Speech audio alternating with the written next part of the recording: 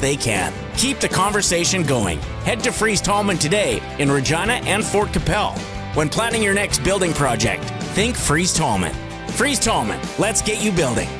Backed by countless farmers and contractors, Fendt 1167 Track Tractor sets the standard for seeding, and it's available at Nick's Service in Emerald Park. Featuring CVT transmission, 670 horsepower, 2 rear hydraulic pumps, and easy maneuvering. The Fendt 1167 Track Tractor is backed by a 3-year, 3,000-hour Gold Star warranty. Leaders drive Fendt. To learn more about making your crop successful, visit Nick's Service today, nickservice.com. Broadcasting from Century Studios in downtown Regina, Harvard Media presents the all-new Sportscage, where Saskatchewan comes to talk local sports. Brought to you by Access Communications, trusted in rural Saskatchewan for internet, TV, and home security. Be a part of the show. Call 1-866-767-0620 or text 306-936-6262. The all-new Sportscage. Streaming at sportscage.com and on the radio at 620 CKRM. Thanks for being part of the show. It's hour one of the all-new Sportscage. It's Maz in for Barney. If you're listening on 620 CKRM or you're watching our stream at sportscage.com at our YouTube channel, thank you. As always, we'd love for you to be part of the show at 306-936-6262. Talking sports for the next 3 hours. Today's show is brought to you by Access Communications. A lot going on.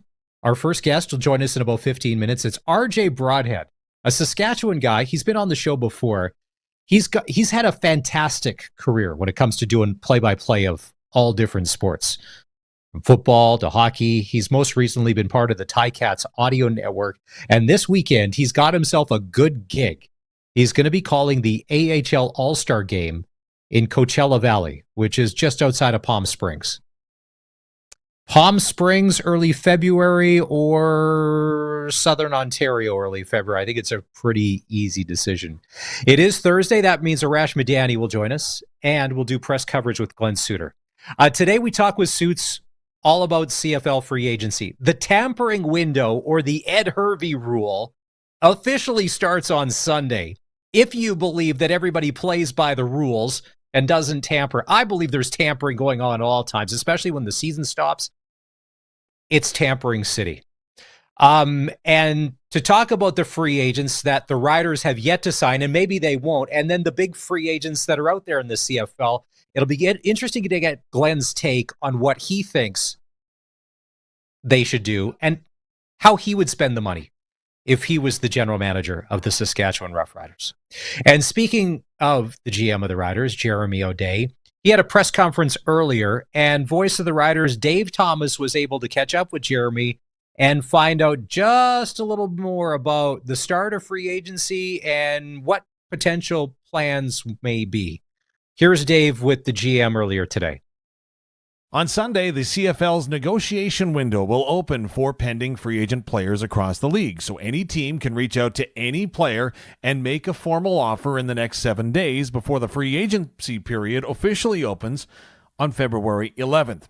With more, we've got the Vice President of Football Operations of your Saskatchewan Roughriders and General Manager, Jeremy O'Day. And I guess let's start first and foremost. Tell me about the importance of this time of year when it comes to the free agent market. You know, I think it's the last number of years with one-year contracts, the salary cap that was implemented years ago, I think it's kind of changed free agency in general, just the fact that you can really change your team around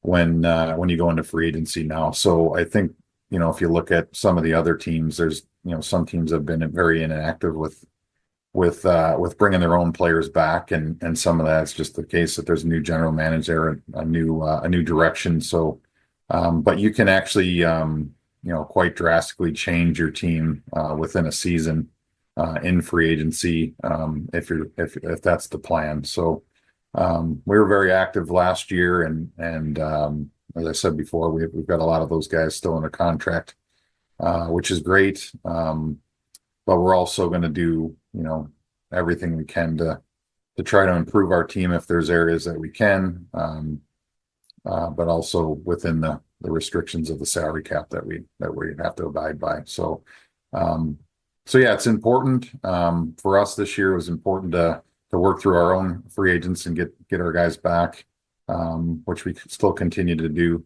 But it is it's an important time. As I said, I think there's going to be certain teams that are going to be real active and some that aren't going to be as active, like there is every year. So can you give us a look at maybe what's happening behind the scenes right now?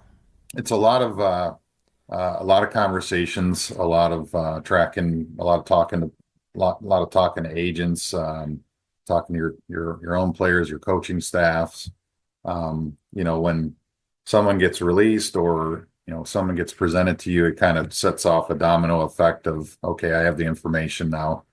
I'm going to talk to our head coach, and then we'll bring positional coaches in. We'll have a discussion about the roster, and then of course at the very end is the discussion with me over whether a player would fit in salary cap wise or not.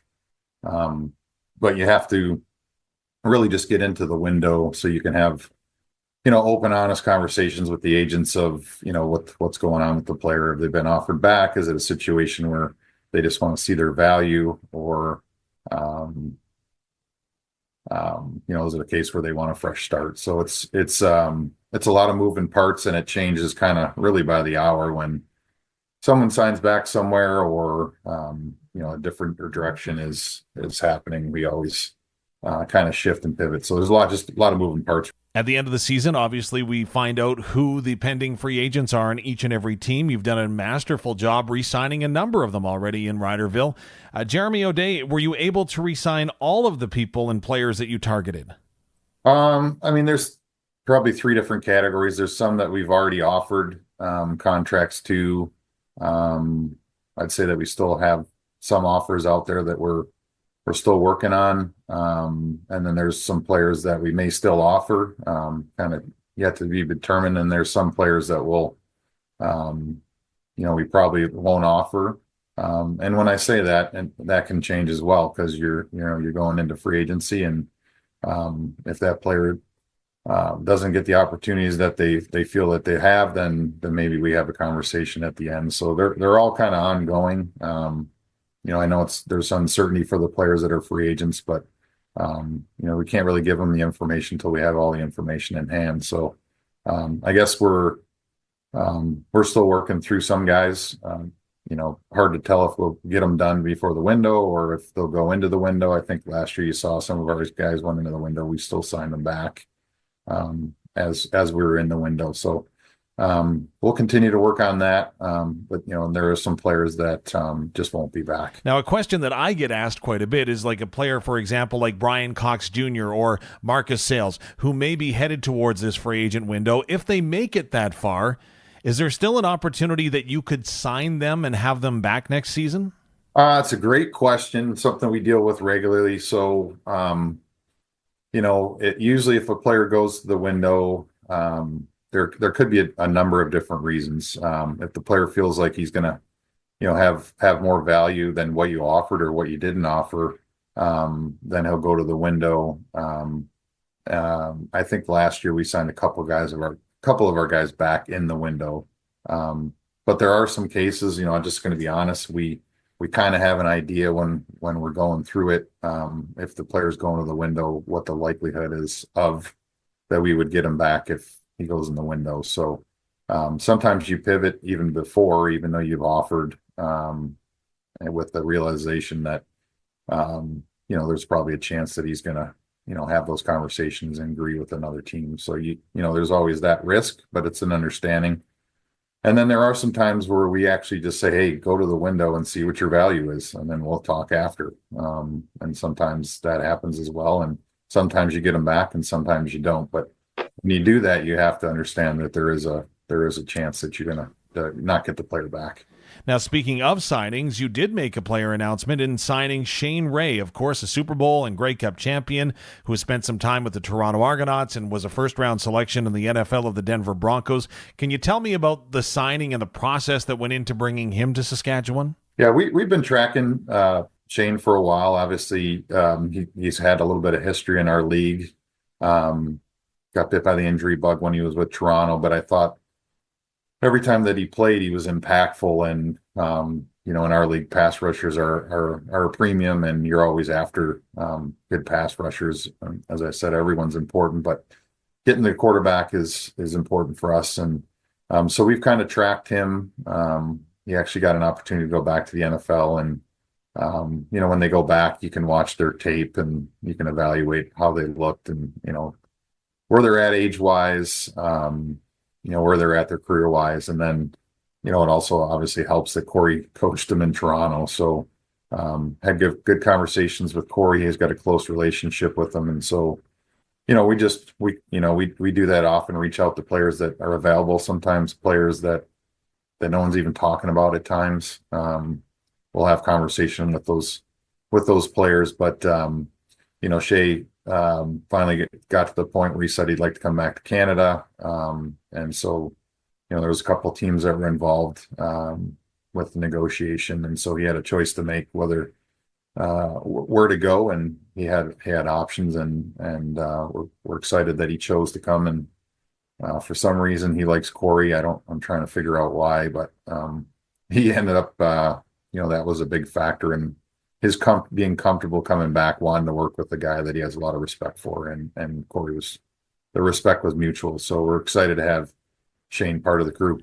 Now, it's also a time where teams are starting to release players, one of which is Mike Rose in Calgary. Have you reached out to him already? Yeah, just like anytime there's a good football player that's released from another team, we'll always do our due diligence and have conversations of whether we'll have interest in that player or not. A lot of respect for Mike Rose as a player. He's had a lot of success in our league. He's been a multiple time All-Star. Has a little bit of history with our head coach as well. So, those are conversations we have internally. But again, part of our job is to, make sure that when there's a player that's released, that we have discussions and conversations of whether that player would potentially bring value to our team. So we do that with pretty much every player that's released. And this time of the year is a time where some of those things do happen. I guess finally, when it does come to free agency, you talked about it last year, how you were active but didn't want to have to be that active all the time. Is it possible to build a team through the draft and scouting in the CFL without the free agency window? Well, it's difficult with the salary cap. But yeah, in the best case, you'd love to have a situation where you're just building through your drafting and scouting. But it doesn't always happen that way. Contracts don't always time out at the right time. You have a good player in that position that makes a good contract, and another player's coming up that also needs a good contract, and you're not able to provide two guys in the same position with the starting money that they would be asking for. So I think that you're always going to have to do something in free agency. But ideally, I think I've said in the past, we don't want to be in a situation where we're super heavy in free agency because, you want to have some continuity. You want guys to feel comfortable and be building towards something, which is a championship. And you want them to be around the same guys for multiple years. And if you can do that, I think it pays off. But yeah, if you have tough years, then obviously you're going to be more active. If there's a change in the coaching staff, if there's a change in the general manager, then there's obviously going to be, heavy activity. There's Saskatchewan Roughrider general manager Jeremy O'Day from earlier today at Mosaic Stadium talking about the tampering window, which will open on Sunday, and potentially some of the plans going forward. And one of the names, and Dave brought it up, was Mike Rose, who I'd said, I think it was on Monday, when Mike Rose and James Waters got released. I always liked them. Now, yeah, they're getting up there in age, and maybe they're not what the Riders need, but when a good player like that becomes available, like Jeremy said, due diligence. The one thing I probably wanted to know, and they didn't really touch on, is marketing money. Because now that BC has exploited that model, I am all about the Rider Nation and marketing money. Let's stack this team, and let's get ourselves a Grey Cup in 2025. All right, we're going to take a break. When we come back, a guy who has got a pretty good gig, because when it's going to be, minus 20-something this weekend, it'll be plus 25 in Palm Springs. RJ Broadhead, who will be the play-by-play guy for the AHL All-Star Game on TSN, joins the Sports Cage next on 620 CKRM. This is Country Gold with Steve Harmon, your home for the country hits of the 80s, 90s, and 2000s. Hello, I'm Steve Harmon, inviting you to join me for Country Gold. Each week we play country favorites from the 80s, 90s, and 2000s, and we check in with the stars who made them, too. This weekend on Country Gold. Country Gold, brought to you by Trent Dickin and his experienced team at Flooring Superstore. Saturday mornings at 6 and Sunday afternoons at 4 on the Voice of Saskatchewan, 620 CKRM. New year, new ride at Watrous Mainline GM. GM employee pricing on remaining 2024 Yukon Denali's. Save over $10,000 blowout pricing on all remaining 2024 Yukon Denali's with finance rates starting at 0.99%. Watrous Mainline is Canada's largest Buick Envision dealership with over 100 en route. Get in on the New Year, new ride sale at Watrous Mainline GM with huge cash savings. Your GM Superstore since 1962. Nobody knows the equipment market like Ritchie Brothers. If you're selling heavy equipment and trucks, Ritchie Brothers will get you the most buyers, industry expertise, and the widest selection of custom selling solutions. Sell equipment your way, from your yard or a Ritchie Brothers facility. Ritchie Brothers will drive demand for your assets like no one else can. Contact your local territory manager today to get started. Visit rbauction.com to learn more about selling with Ritchie Brothers. The all-new Sports Cage is live streaming from our Century Studios in downtown Regina. Watch now at sportscage.com. Be part of the show by texting 306-936-6262. 620 CKRM. The show today is brought to you by Access Communications. If you want to be part of it, you can always text or call 306-936-6262. Arash Madani just after the top of the hour, and we'll talk to him about Super Bowl and New Orleans, Chiefs and Eagles. But we're going out on the Western Pizza guest hotline right now to say hi to a guy who joined us earlier in the fall during football season. He's part of the Hamilton Ticat Audio Network, but this weekend he's switching gears and changing jerseys from football to hockey. He's going to be calling the American Hockey League All-Star Game on TSN. We welcome back to the program, Saskatchewan native, RJ Broadhead.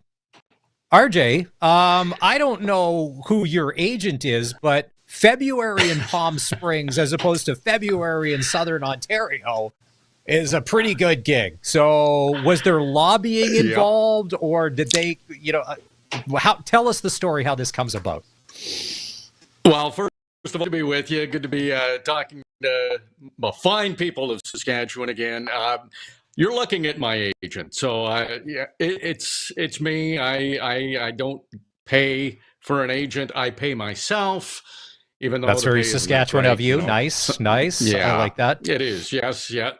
Do look out. But I called a lot of the American Hockey League All-Star games quite a few years ago and made good relationships with a lot of the people who are still there, and they were looking for somebody and contacted me in November, and I said, absolutely. And then I found out where it was, as you've talked about, in Palm Springs, where Coachella Valley plays. That's the Seattle Kraken's AHL affiliate, and they've been so good. Hockey works in the desert there. They've been 2 seasons in the league. Both seasons they've won the Western Conference and made it to the Calder Cup championship games. A lot of fun, and the only Coachella Valley Firebird that's going to be there is Cale Fleury, a Regina native. So if you tune in to TSN, he is going to get a great ovation when he's announced, and deservedly so. Former Regina Pat, too. In doing a little research on this AHL All-Star Game, there's 5 players, including you. There's 6 Saskatchewan people involved. See, the best part about no matter anything anywhere, and you know this, there's always Saskatchewan woven into the story somehow. Yes. So here's some of the other Sasky guys that are involved. You've got Ethan Bear, who's playing for the Hershey Bears from Ochapowace. Now, for Ethan Bear, who's played a good amount of games in the NHL, he's having a pretty good season. Do you see him jumping back into the big leagues using this as a springboard back? Yeah, likely will. The Washington organization is unbelievable right now. Hershey's the two-time Calder Cup champions, and of course Washington, top team in the league. They played great in the NHL, so it's a tough roster to crack right now. But you never know what happens with injuries, or they need a defenseman. Ethan Bear is one of those guys who's got to be at the top of the list all the time, and I think he will be back in the NHL. Sometimes the American Hockey League teams let the players take part in the All-Star festivities because it is quite an honor, looks good on a resume, and it also is a good event and honor for the players to take part in. So I wouldn't be surprised down the stretch if he's back in the NHL. Okay. Derek Pouliot plays for the Syracuse Crunch, originally from Estevan. He's having a good season. And you know Second what? in defenseman Just scoring. another. Yeah, he's just another one of those guys when you're like, oh, okay. And it's funny going through these rosters. And not only guys from Saskatchewan, but get people that played like Major Junior, and there were good Western Hockey Leaguers or OHLers, or you saw them on the national teams, and you're like, oh, okay. Because sometimes when they're not in the NHL, you lose track, and then you click on their name, and all of a sudden the stats come up, and you're like, okay. You start to see these guys are dominating at that level, and how long before you see them jump to the big leagues? Yeah, Maz, that's so true. Even going through these AHL rosters, there's players that I've lost track of, and it's okay, that's where he is. He's been lighting it up. So those are some great stories that we'll be able to tell during the broadcast. The skills competition is on Sunday, and then the game is actually Monday. The 3-on-3. So that'll be high-paced and a lot of fun to call. Derek Pouliot when he was with Portland in the Western Hockey League, I called a lot of his games, and I thought he was a surefire lifer in the NHL, and that's how difficult it is to be someone who plays their whole career in the NHL. Derek Pouliot was an unbelievable defenseman in Hockey League, and he's had quite a few games in the NHL as well. But it's tough. You've got to be elite. You've got to be consistent. And for the most part, Derek has. But there's also, you got to be in the right place at the right time. So he's in the Syracuse, which is the Tampa Bay Lightning's organization. And the Lightning are battling for playoff spots. He's another guy that I wouldn't be surprised if he's back in the NHL after this All-Star game or shortly after. Well, and with Tampa and Julien Brisebois, and they're big believers, much like the Detroit system, you need to play in the American Hockey League to get seasoned before you come up. And everybody earns it. And I think a lot of players probably going through that system kind of know like you're going to have to spend your time there. I did a double take when I read the name Kevin Korchinski because the Kevin Korchinski I knew from Saskatchewan, I believe he was a Warner music rep back in the old days when record companies had music reps, and he'd be the guy that would bring the new CDs to the radio station and drop off the concert ticket. This Kevin Korchinski, who plays for the Rockford Ice Hogs, is originally from Saskatoon, and part of it was a really good Saskatoon Contacts team, but it was a wagon, but because of COVID, got shut down, and now he's lighting up the AHL. Yeah, he's another player, and you talked about players needing seasoning in the American Hockey League. I think that's what Chicago's doing with him. He's not going to be in the American Hockey League for long. There's so many first-year AHL All-Stars, and a lot of times those guys are on the cusp of making the NHL, and those NHL teams, the organization wants them to play in these games and get to know some other great players and make them aware that they're are one of the best in that league, and they're ready to make the next step. So Kevin Korchinski he's going to be fun and see his skills and defenseman with so much talent. So he's another guy that going into the draft, you thought, okay, he's probably gonna skip an AHL stint, but he's there now and he's excelling. So good for him. Another player, Cam Hebig from the Tucson Roadrunners, also from Saskatoon. Now, Tucson, they were the Phoenix Farm Club, so they're the Utah Farm Club, correct? Am I right in that? Exactly. Yeah. It's Yeah, funny. so It they're doesn't still, work in Phoenix because there's no rink, but it works in Tucson. Well, yeah, the expenses are probably a little bit like the Tucson Roadrunners, but okay, I remember him when he was playing with the Blades in Saskatoon, of course, and just such a hard worker. He earned everything he got, and here he is. He was an injury replacement for the American Hockey League Star game, but he's there. He's earned that spot, so he was named fairly early when there was an injury. So again, just another feather in Cameron Hebig's cap. Who some guys don't have to work for everything they get, but you look at the stats of Hebig, he puts up good numbers, but rarely is he a minus. And that's what coaches love. He's a reliable player, good two-way player, and if you can be reliable, you're going to be successful in pro hockey. And right now, that's Cameron Hebig, and this is a great opportunity for him. Again, somebody who's worked, undrafted guy, and got himself into American Hockey League All-Star game, and maybe will be in the NHL.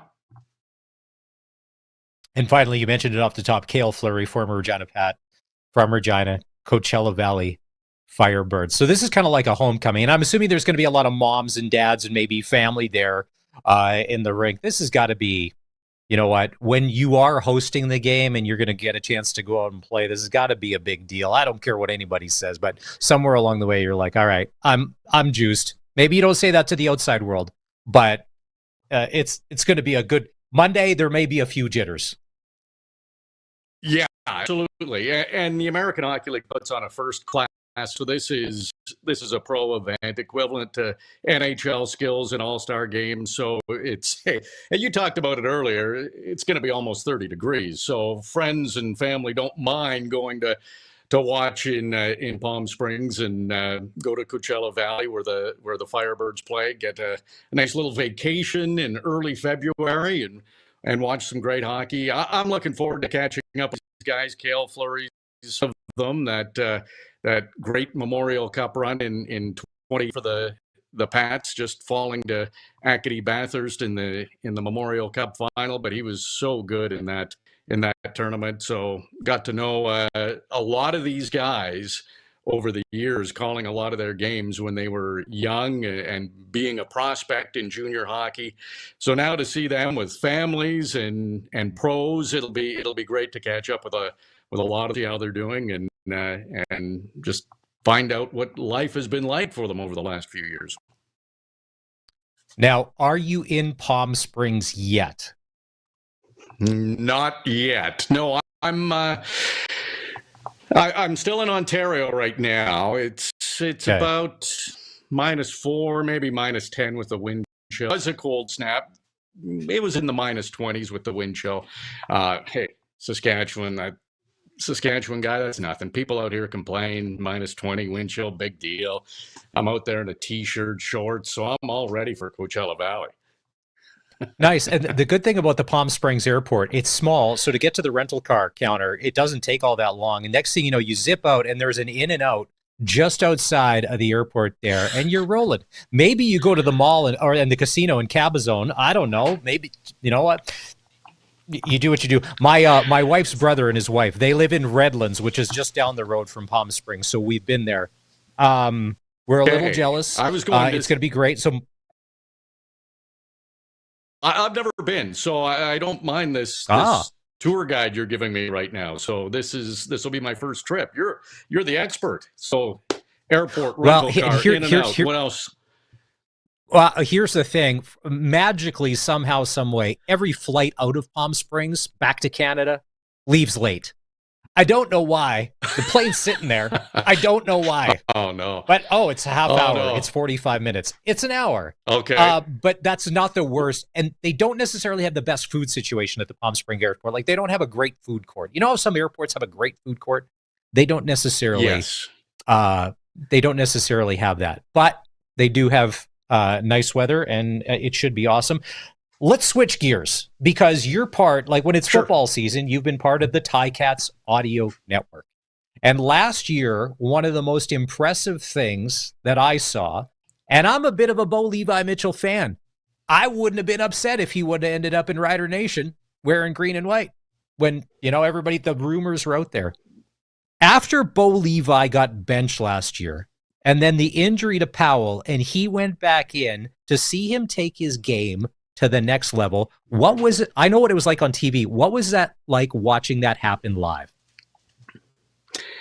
It was, I've always said with sports, it's the original reality TV. You see happy, you see sad, you see mad, you see celebrations. That was showing mental perseverance and stepping their game up. And it's not like it's a young guy who's trying to make a name for himself. Bo Levi Mitchell's going to the Hall of Fame. We all know that with the numbers he's put up. And that had to be an ego bruise to be replaced by Taylor Powell. And then to go back in there and excel, be even better. He made himself better. He listened to what he needed to do to improve, and he did it exactly that. And the numbers showed on the field. And for a team that didn't make the playoffs, for him to be the Eastern Conference most outstanding player, that's actually rare. Surprising also this year, he was the only quarterback that was named a team most outstanding player. So that's kind of interesting to see what happened last season. The other thing that Bo did, and it's an intangible, has nothing to do on the field, but it's a locker room thing, are the overalls. When he was wearing the overalls and other guys started wearing them, it turned into a story. It was just a glue thing for the team that they went on a winning streak and put a little scare into the playoffs. There's his leadership too. He was thinking of something that could help the team, bring the group together, lighten the load on everybody, and he ended up with that. And it was a lot of laughs. It worked for a while, but his play on the field was super. I just think it's such a good lesson for everyone. Not everything is roses in life all the time. You get an opportunity, make the best of it, and do your best. And a lot of times good things will happen. RJ Broadhead is with us on the Western Pizza guest hotline. Western Pizza, if you get Western Pizza Express, it's free delivery with orders over $25. Now, you talked about leadership and handling things the right way. And then in this offseason, you see he restructured his contract, taking essentially, if we read it from the outside, essentially less money. And I don't know, up front, back end or whatever, but basically helping the team to build a better roster around him. That shows me a guy that wants to play and wants to win. Absolutely. Bo is, he's not just saying it to the media. He will, if he puts up big numbers, happy with those milestones, but he wants to win.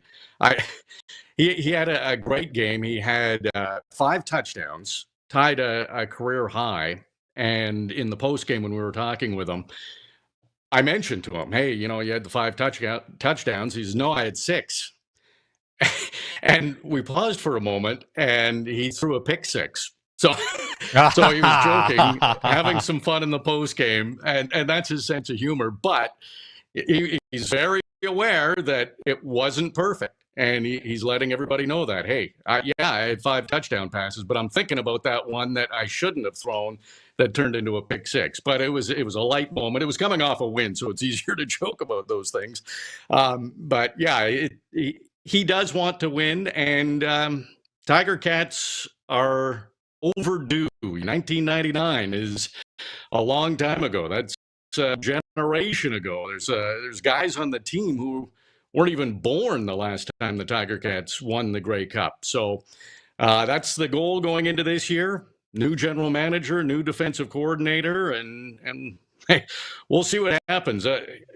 Following Jeremy O'Day is not to do on this show, Maz. And of course, riders are so important to everybody in Saskatchewan and all across Canada. There's so many expats from Saskatchewan that are around and pack the stadium. So I was listening to your interview with him. Great job. But like a lot of teams right now, we don't know what's going to happen. We don't know what those teams are going to look like when training camp rolls around in May. So this coming month is going to be pretty interesting to see where some of the free agents end up.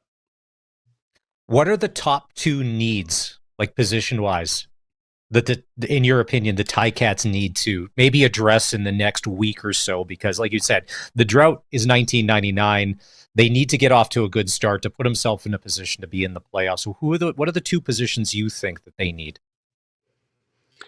Okay, so a lot on defense. I would say the secondary has to be better. Jamal Peters is there, and Stavros Katsantonis at safety has been solid. That's an area that definitely needs to be improved. The linebacking core, but I also think receiver. They've had Shamar Bridges stepped up. Tim White had another good season. I think if you asked him, he wouldn't have been happy with some of the drops he had in the season. Stephen Dunbar was good, but I know Scott Milanovich, head coach and offensive coordinator, loves big receivers, and I'm seeing some of the guys they're bringing into camp. I don't know a lot of these guys. You see him at training camp for the first time, but Shamar Bridges was one of those guys that was brought in last year, and he's got size, he's got speed, he's reliable. So I'm interested to see how they improve in that area. I'm also a big James Butler fan and just a fantastic guy off the field. The team loves him. I really got to know him over the past couple of years, so it was tough to see him go. But at running back, the Tiger Cats seem to be solid with Greg Bell. He emerged as a guy who could be elite in this year. So I wish James Butler all the best in BC, and we'll see what Bell can do as the starting running back. Well, I think on the linebacker front, and it's not just Hamilton, I think with any team, a Wynton McManus signing instantly changes your defense and makes it a whole lot better. And there's no guarantee that he's re-signing in Toronto. Obviously, we're this close. They're going to go to the tampering window, or is we'll call it Ed Hervey week, because if he's the one that started it all way back when. Now, we've been beating the drum, and we have Darian on the radio every Monday, and Durant said the Riders need a number one receiver, a legitimate number one. And so we're spending Rider Nation money on Geno Lewis all day long. But we're not, who knows if we're going to be in on him, but a lot of teams would like a Geno Lewis. I bet you Montreal would like a Geno Lewis back. If you guys are looking for big possession receivers, look at Calgary. They've got a brand new quarterback. Winning is not acceptable for the Stampeders, and they've gone through 2 seasons or 3 seasons now and you mentioned, I think probably one of the guys that may get incredible money because of his passport and how well he's played is Tyrell Ford. If you can add that kind of Canadian to your defense, what does that do to change your ratio and the player you add? Yes. Yeah, that's huge with that ratio in that position to somebody who's a star. So he'll get a lot of attention. Wynton McManus, Jamal Peters, a former Argo, he was loved with the Argos. He's loved with the Tiger Cats, and he has embraced Hamilton as his new home. He's out in the community. He's living in Hamilton. Seeing stuff on social media all the time, how he's working with the community and spending his time to help the needy right now. So he's immersed. I wouldn't be surprised if he's talked to some former teammates and told them how great he's loving life in Hamilton, and maybe he can influence a guy like Wynton McManus. Geno Lewis, I have to touch on that too, is he has been dynamic against the Tiger Cats. It doesn't matter if he was All or Edmonton, always had big games. And I have to laugh when, as a free agent, that would be a double whammy for the Tiger Cats. Not only do you get a possession receiver, as you mentioned, but you get a guy who's really low over the past few years on your team. You don't have to worry about him anymore. So I'm sure the Tiger Cats are in on that one too, but it'll be exciting. Next few weeks will be exciting to see where guys end up. All right. RJ Broadhead, he's going to be calling the American Hockey League All-Star Game the skills competition is on Sunday and the game is on Monday. Thanks for doing this. Safe travels. Best of luck. Let's catch up a little further down the road after tampering's over and all the free agents are signed or whatever, and we'll compare notes. It's RJ Broadhead on the all-new Sportscage. We're going to take a break, and when we come back, Cam Newton had some interesting things to say about the Philadelphia Eagles and their quarterback Jalen Hurts and whether he thinks he's a Super Bowl quarterback. More after this. It's the all-new Sportscage, streaming at sportscage.com and on the radio at 620 CKRM. CoolBet has all the hot games. For all the free-to-play casino games, head to coolbet.co. They've got sports odds, including Saskatchewan senior hockey, plus all the sports odds you can think of. From the ice to the field to the court, CoolBet has you covered. All at your fingertips. No risk, just thrill. So why wait? Get in the game and embrace the unexpected at coolbet.co. From the SAS Today newsroom, here's what's making news in Saskatchewan. A new report is suggesting construction is starting to catch up with demand, and that could mean a leveling or decreasing pressure on the cost of rent. SAS Today's team of local journalists are on the ground focusing on local topics that matter to you. Sign up for our daily news digest, making the news even easier to access. SAStoday.ca. Everybody has a story. From Harvard Media, everywhere. At Capital GMC, we're turning up the heat with a special purchase of over 70 GM certified pre-owned 2024 GMC Terrain Elevations with all-wheel drive, remote start, and heated seats, starting as low as $31,515. Yep, you heard right. A 2024 for as low as $31,515. Wow! Comes with a manufacturer-backed warranty and 150-point inspection. Don't miss out on this special purchase at Capital GM Certified, corner of Rochdale and Pasqua in Regina. The love of the game is in the air at the Brandt Center with the chance to catch your Regina Pats at special events all month long. Experience cultural pride at the George Gordon Development Indigenous Celebration on February 7th. Grab the last of 6 collectible cups at Wednesday giveaway night on the 19th. Get your new Pats hockey cards at First Responders Awareness Night on February 22nd and pink the rink to stand up to bullying to end the month on February 28th. Go, Pats, go! See the full promotional lineup and get your tickets at reginapats.com. Welcome back to the all-new Sports Cage. Get social with us. Follow us on X at Sports Cage. Watch our video stream at sportscage.com and always on the radio at 620 CKRM.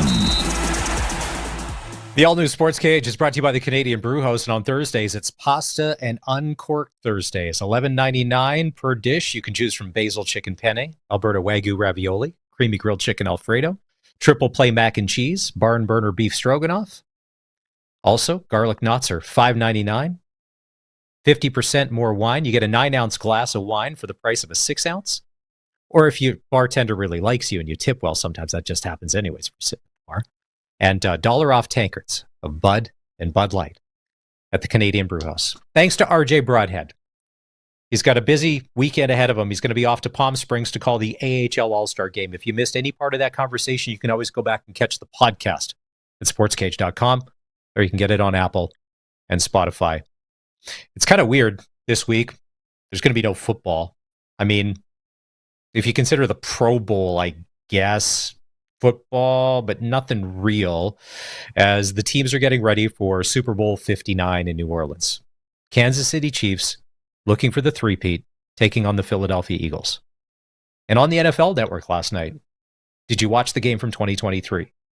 I completely forgot. Philly built up a big first-half lead to watch Kansas City come back and do what they do. Just chip away, make first downs, go down, touchdowns, and eventually come away a winner.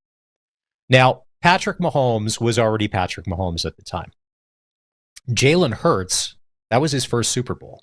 And a lot of people thought there was a lot of flaws on that Philly team. Like, they were okay, but they didn't have a very good defense. And they've shored that up. Number 1 defense in the league. And a lot of people think that Jalen Hurts has really upped his game in the past couple of years. Outstanding. But Cam Newton had an interesting take earlier today. Guys, you want to roll this? He thinks Jalen Hurts, if he was in the AFC, wouldn't be making Super Bowls because he's not that good.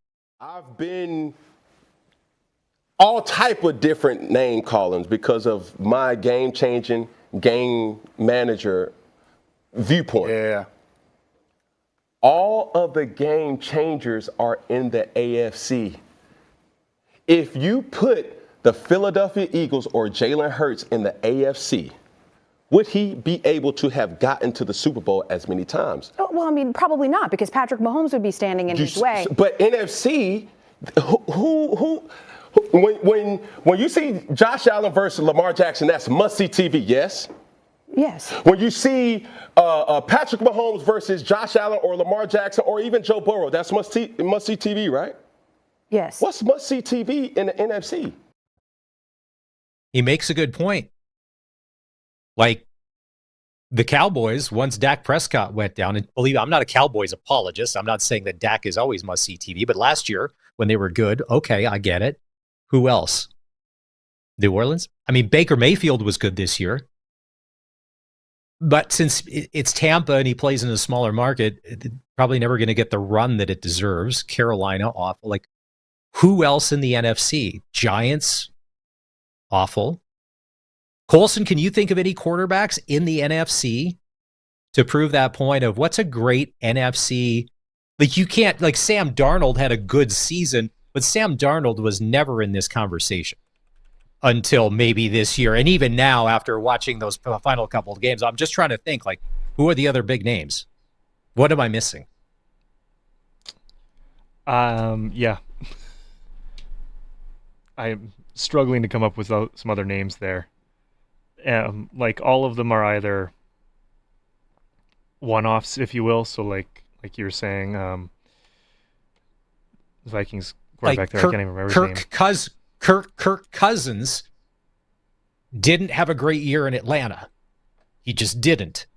So, much like, to Arash's pleasure. But he would have been he would be one of the names I would have put up there if he would have had a good year, to be like, yeah, he's a good NFC quarterback. I mean, Derek Carr got hurt in New Orleans. Yeah. Now, potentially going forward, Jaden Daniels, obviously with the Commanders, but that's not a legit thing. Oh, here we go, little Jaden Daniels. Yeah. If you go to coolbet.co, Kansas City is still favored. The line hasn't moved. They're 1.5-point favorites over the Eagles. Yeah. Do you think because Kansas City, they're not the high-flying offense anymore, do you think they're going to be able to score with Philly? Or do you think that Philly, because of that Kansas City defense and Chris Jones, are going to have a tough time scoring? I think it's going to be a whole different ballgame compared to the NFC Championship game.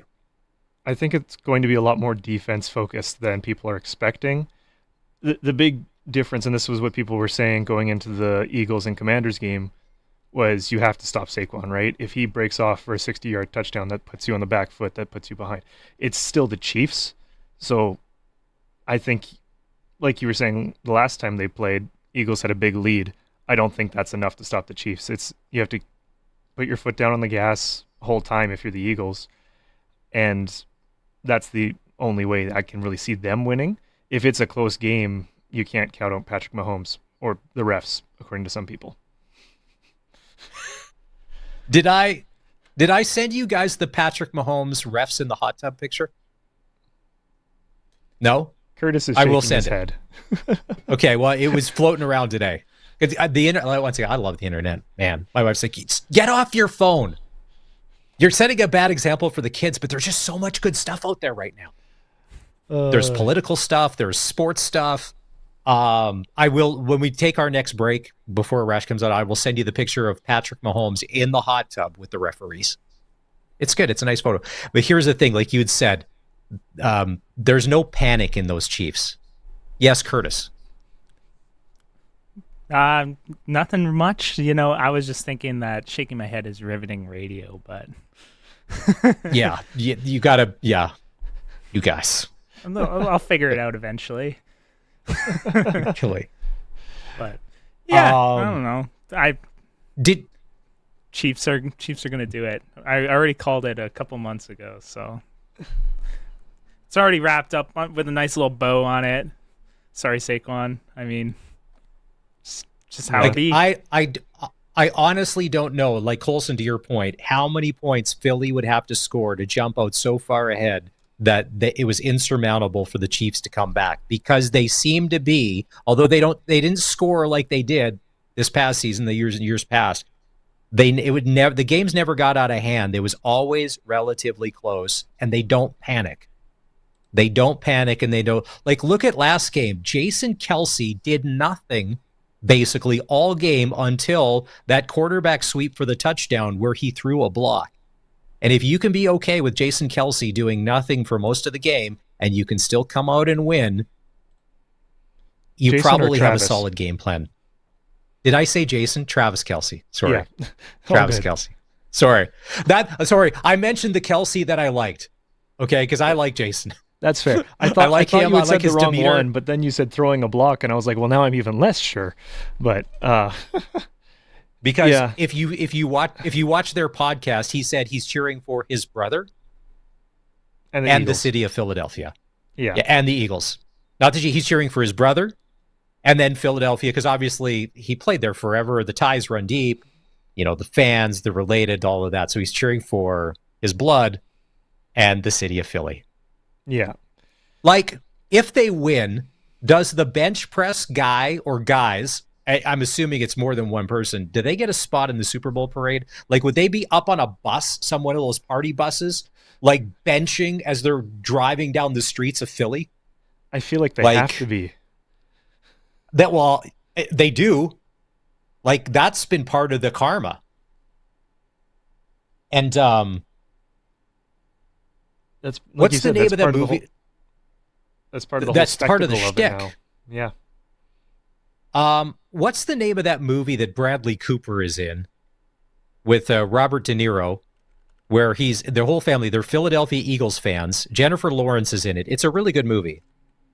Why can I not think of the name? But there's some incredible scenes in there, like when they go to the game and they get arrested. Yes, Silver Linings Playbook, where they go to the game and they get arrested, including his psychiatrist. They get arrested at the game for violence in the parking lot, for starting a fight with other fans.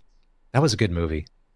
But Bradley Cooper, huge Eagles fan. They always usually show him, and then they show Jeffrey Lurie, who was the owner of the team. Were you guys surprised on how little they actually showed Taylor Swift at the game last weekend? And I'm not complaining, because it got to ridiculous amounts. No, because I feel like there's so many people that do complain about how much they're showing Taylor Swift. Of course, they're going to take it back a notch, It's like, maybe we shouldn't show Taylor Swift every second frame, because apparently people are getting upset with that. Yeah, but they also have these 20 million new fans for the last 2 years that are watching just because of her. So they're still going to show her minimum 2 times, probably around 3 or 4 times a game, you'd think. Yeah, they're gonna show her, obviously, but like not gonna show her after every time Travis Kelce touches the ball. Yes, exactly. What was I reading? That Travis is going to shell out $7 million for a private suite for his family and Taylor Swift and her family and friends for the game. He's got a sugar mommy, so, Yeah, well, that's the thing. Be like, actually, can you want to pay for this? Arash is going to be on with us after the top of the hour, and Arash is not going to be at the Super Bowl. Be like, I wonder if Arash is getting an invite to the Kelce suite at the Superdome in New Orleans. It's so funny. It's like Travis Kelce makes like millions of dollars, but like I'm sure they go out for dinner the check comes to like, so splitting, or are you tapping your card? If you want to know who was that before, not to this level, but if you want to know who was that before Travis Kelce and Taylor Swift, it was Mike Fisher and Carrie Underwood, because they're married, and I think it was whenever the lockout was, 2006, he just went on tour with her, just had some fun instead of playing pro hockey, right? So must be nice to be in one of those celebrity marriages where, oh, I'm out of a job for a bit. Okay, hon, I'll come on tour with you. Enjoy your life. I'd sit in my beanbag chair all day. And the difference being is that Kelsey's a millionaire, but she's a billionaire. Yeah. Like, and that's the difference. Like, there's rich and then there's wealthy. Taylor Swift is now in the wealthy category. And yeah. It'll be interesting. I'm excited. Arash is going to be joining the show here in just a couple of minutes. He will be in New Orleans next week. covering the game. Love to get his thoughts on what he thinks about how this is all going to shake down and how these Kansas City Chiefs are going to be stacking up against this high-flying Eagles offense and a really good Eagles defense. And we haven't been able to say that about them in a long, long time. All right, time for a break. It is the all-new Sportscage. If you want to be part of the show, as always, love to know what you're thinking. You can call us or you can text us at 306-936-6262. We're streaming the show online at sportscage.com on our YouTube channel, and we're on the radio on 620 CKRM.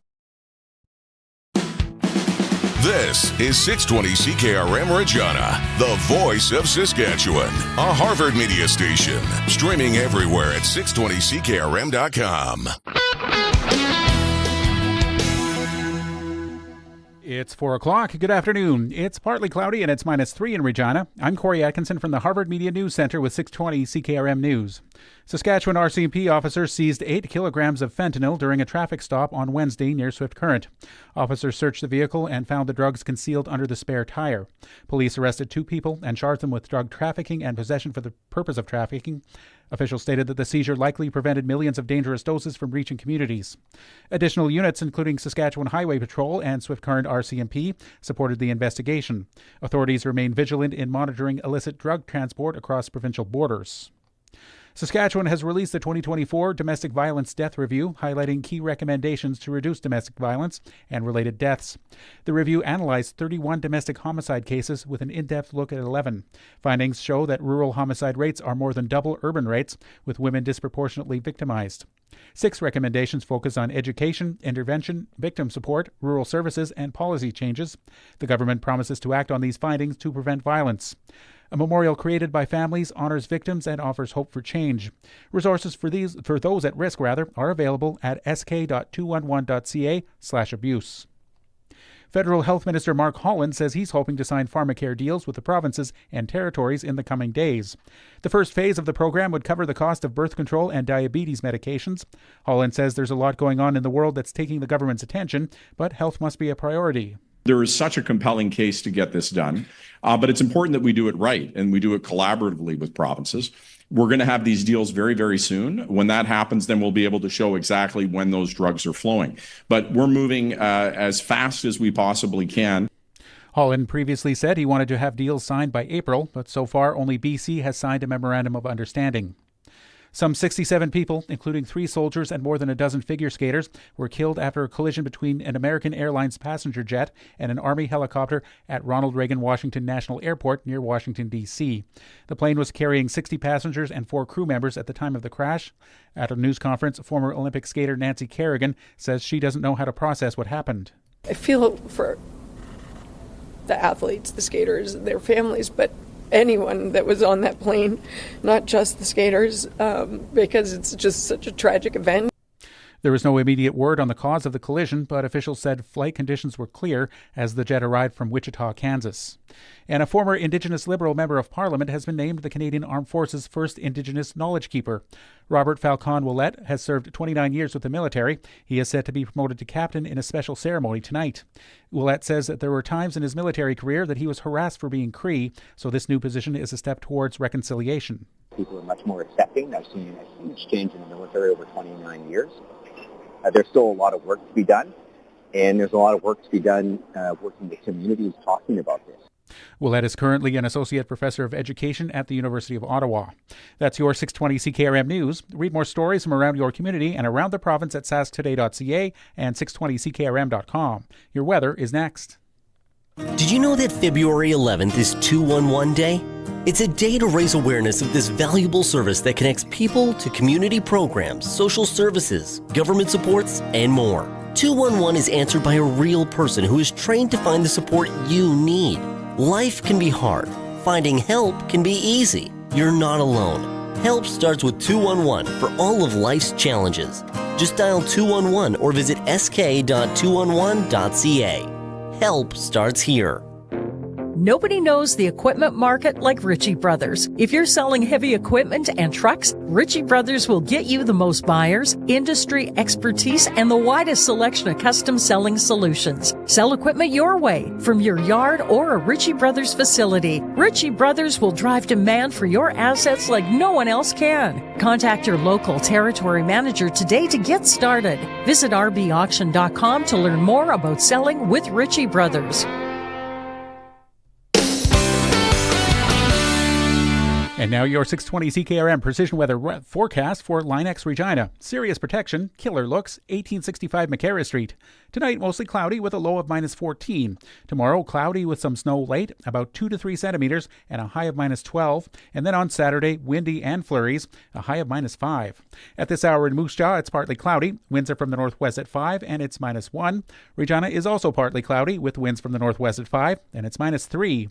For more local news that matters to you, subscribe to the daily newsletter at sasktoday.ca. When you want the best for your truck, you want Line-X. Your truck has withstood the harshest elements Saskatchewan has thrown at it. Rocks, gravel, rain, sleet, and snow, and left with no chips, no rust. Line-X protective coating keeps your truck's bed liners, rocker panels, and bumpers looking like brand new. Don't settle for Brand X. Go with Line-X. It's serious protection. Come see why everybody loves taking their truck to Line-X Regina for their rocker panels, bumpers, and more. Line-X. Make your truck complete. 1865 McCarra Street. Get it hot and get it fast. Western Pizza. At Western Pizza, you can order online. Nothing overly crazy about that, right? But you can also get free delivery on orders over $25 for a limited time. Now that is kind of crazy. Pizza, Caesar salad with satisfying garlic toast, baked lasagna, crispy chicken wings, and more on their extensive menu. Visit westernpizzaexpress.ca and get free delivery today. Western Pizza. Big on toppings, big on taste. And get it hot and get it fast. Western Pizza. Broadcasting from Century Studios in downtown Regina, Harvard Media presents the all-new Sportscage, where Saskatchewan comes to talk local sports. Brought to you by Access Communications, trusted in rural Saskatchewan for internet, TV, and home security. Be a part of the show. Call 1-866-767-0620 or text 306-936-6262. The all-new Sportscage. Streaming at sportscage.com and on the radio at 620 CKRM.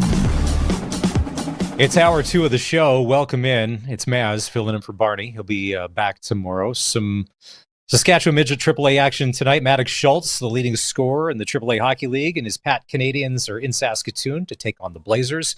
And there's action in the Prairie Junior Hockey League tonight as well. The Regina Silver Foxes in Fort Capel to take on the Wagon, known as Fort Knox. If you want to be part of the show, call or text 306-936-6262. In about an hour's time, Glenn Suter will join us, and we're going to get Glenn's breakdown of how he would spend money if he was the general manager of the Saskatchewan Roughriders. We'll also throw in our free agent picks as the tampering window starts Sunday. If they haven't been tampering already, Ed Hervey in his new job as Edmonton Elk general manager. All right, it's time to go coast to coast. Let's bring in Arash Madani. The all-new Sports Cage and Coast to Coast with Arash Madani is brought to you by Smart Investing Solutions. Be smart with your money. Call Brian Golly at Smart Investing Solutions, 546-2533. So, Arash, in the old days, if you were to win either the AFC or NFC championship, and then you had a week off before the Super Bowl, a lot of guys would still be partying. They would be on day 5 of a bender. But it's 2025, and the world doesn't operate like that anymore.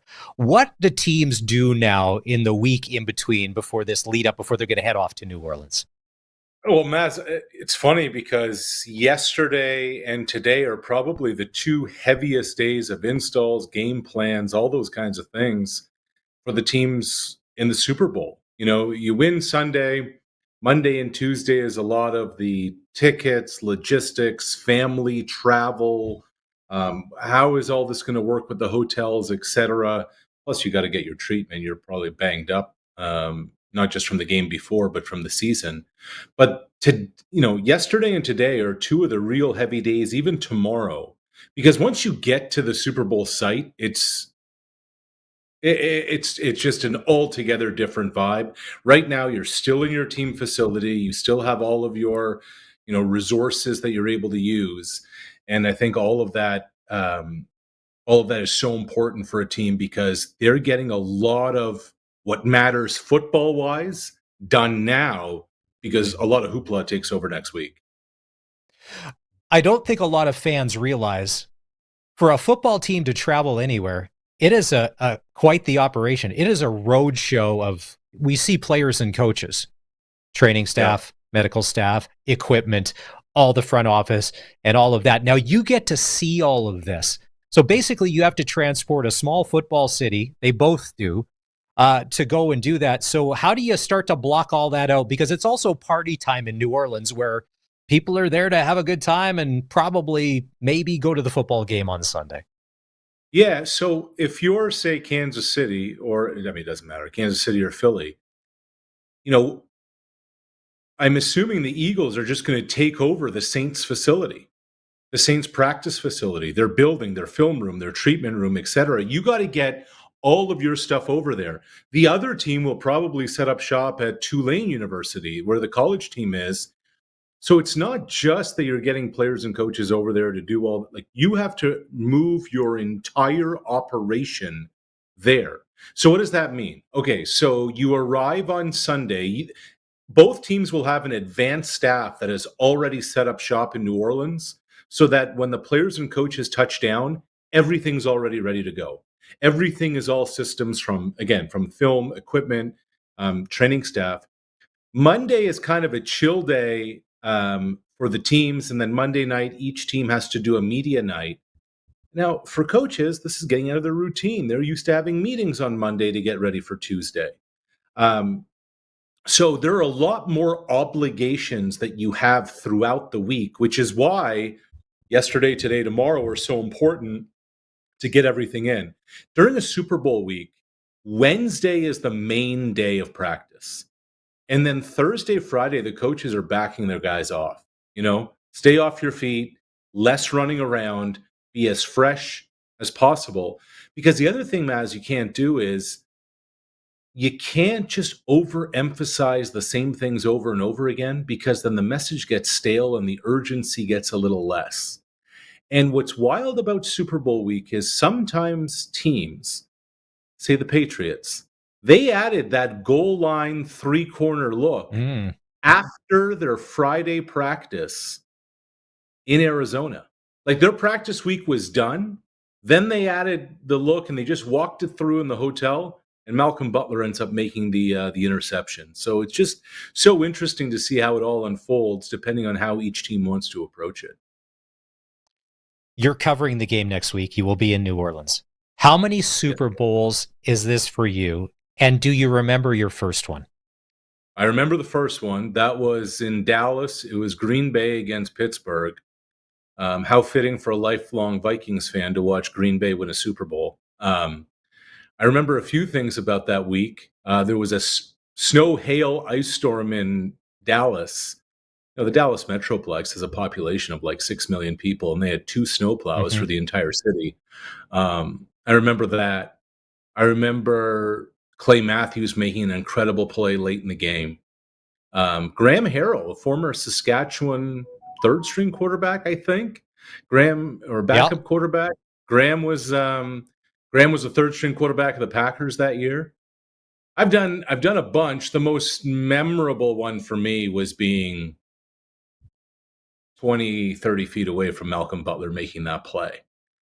And I didn't see it happen, Mass, because we were basically standing at about the 5-yard line, and when you're that close to the field and there's a bunch of people in front of us, I'm kind of on my tiptoes. I was so convinced the ball was going to be handed off to Marshawn Lynch in that spot. And I'm like, wait a minute, what happened? And then there's this explosion in the stadium. And then I looked up on the Jumbotron and everyone's jumping all over Butler. I'm like, oh my God, they threw the football. What are they doing? So I know. So when you watch on the NFL Network now that game, and then you hear from Belichick, you hear how they installed the play, you hear from Malcolm Butler, you hear from shocked Seattle Seahawks players or whatever, and to do that, to come together, because a lot of us Whether you're in the stadium, you're watching TV, we're like, well, this game's over. Oh, the Patriots are going to lose. And then somehow they don't. And I know. Just to see it go down. Oh, here it is right here. This is crazy. This is crazy. Brandon Browner was the corner. Brandon Browner, the former Calgary Stampeder, he was the one who was physical off the line that allowed Butler to jump the route to make that play. I still remember when Browner was at the top of his game. Now, keep in mind, am I wrong here? Is Brandon Browner's in jail at the moment for a crime? Is he not? I believe so, yeah. Yeah, okay. All right, okay. But when he was at the top of his game in football, he was pretty good in the CFL and the NFL. Okay, so the Eagles were there a couple. I had mentioned this. The game was on NFL Network last night, and I forgot how Philadelphia built a big first half lead against Kansas City. And it was like, look at this. And then, we all know it ended. The Chiefs just chip away, and they don't panic. So they've been there recently. The Chiefs are going for 3 in a row. Is there an advantage or is it a saw-off because they both have recent Super Bowl experience with a good chunk of their rosters? Yeah, I think it's pretty even from that standpoint. And I think that's something that unless you're in the building or have played like a marathon football game, you don't get quite a grasp of is how long the day is and how long the game is and how much of an impact that makes. Like the TV timeouts are longer because they're charging $8 million for a 30-second commercial.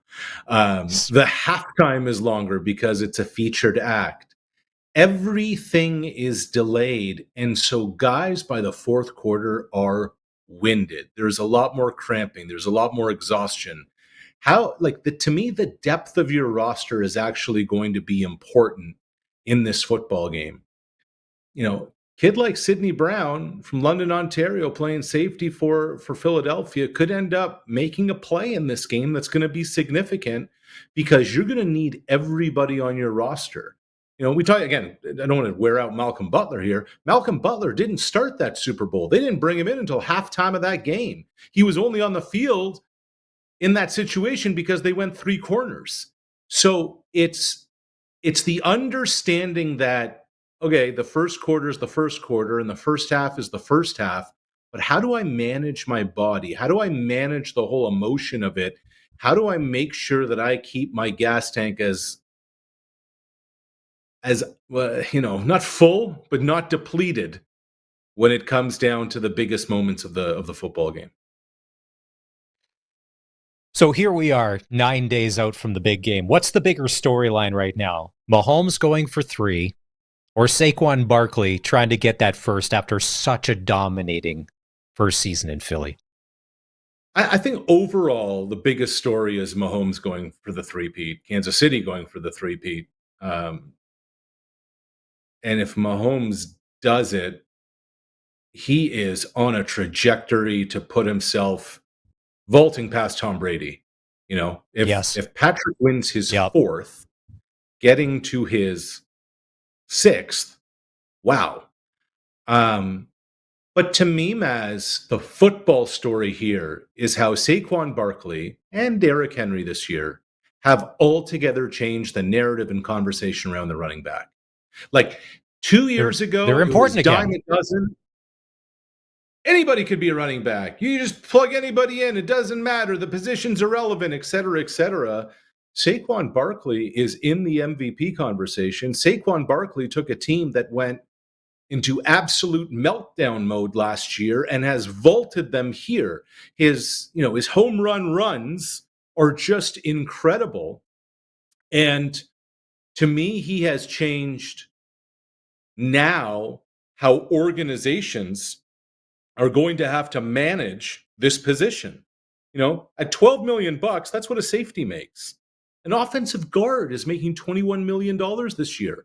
What's more valuable to a team? Because where would the Eagles be without Saquon? And that to me is a really fascinating story. Arash Madani joins us on the Western Pizza guest hotline. We're coast to coast. So Arash, you're saying, because if we follow you on social media last night and you're blowing things up, that the best player in all of pro sports is a Canadian. And I was like, wow, that's some high praise for Corey Perry. Can you explain who it's not Corey Perry. Who are you talking about here? Who in your mind is the best player in pro sports? So in team sports, because it's hard to compare individual sports, golf and tennis with the rest. And I want to give a little bit of context in that from a participation standpoint, Maz, in the entire world, the most people play soccer than any other sport. And number 2 is basketball. Basketball is the second biggest participation sport on earth. And the best basketball player in the world right now is Shai Gilgeous-Alexander. But the thing is, this guy from Hamilton, Ontario, to me is the best athlete in any sport. Like, you think about who the MVPs of each league are right now. Take your McDavid and your Matthews. Take your, I don't know, Lamar or Josh Allen. Take your, I don't even know on MVP, Aaron Judge. Shai Gilgeous-Alexander has taken Oklahoma City on his back. He has 2 50-plus point games already this season. No Canadian has ever done that in the NBA. He has Oklahoma City as the best team in all of basketball. They are a title contender. And unless he suffers a catastrophic injury, Maz, I am telling you, this guy is going to be the MVP of the NBA this year. To me, there is no doubt in my mind of that. So if you're uncovering this guy for a lot of it, where did he play his college ball? You're saying he's from Hamilton, but where did he play his college ball? So Gilgeous-Alexander went down to a U.S. prep school for high school. Then he went to the University of Kentucky, played for Coach John Calipari and all those guys. P.J. Washington, who's playing in Dallas right now, they were teammates. He got drafted by the Clippers and moved to OKC in the Paul George deal. And he has just been on this ridiculous trajectory. In 2023 at the World Cup, not only did he get Canada into the Olympics, not single-handedly, but pretty much. He was the best player in the entire tournament. Got Canada in the Olympics for the first time since Sydney 2000. And he is already committed for the LA 2028 Olympics, where the mission is going to be a medal. Somebody asked me, what's your comp for Shai? And my answer was Roger Federer, because it's almost like he's floating.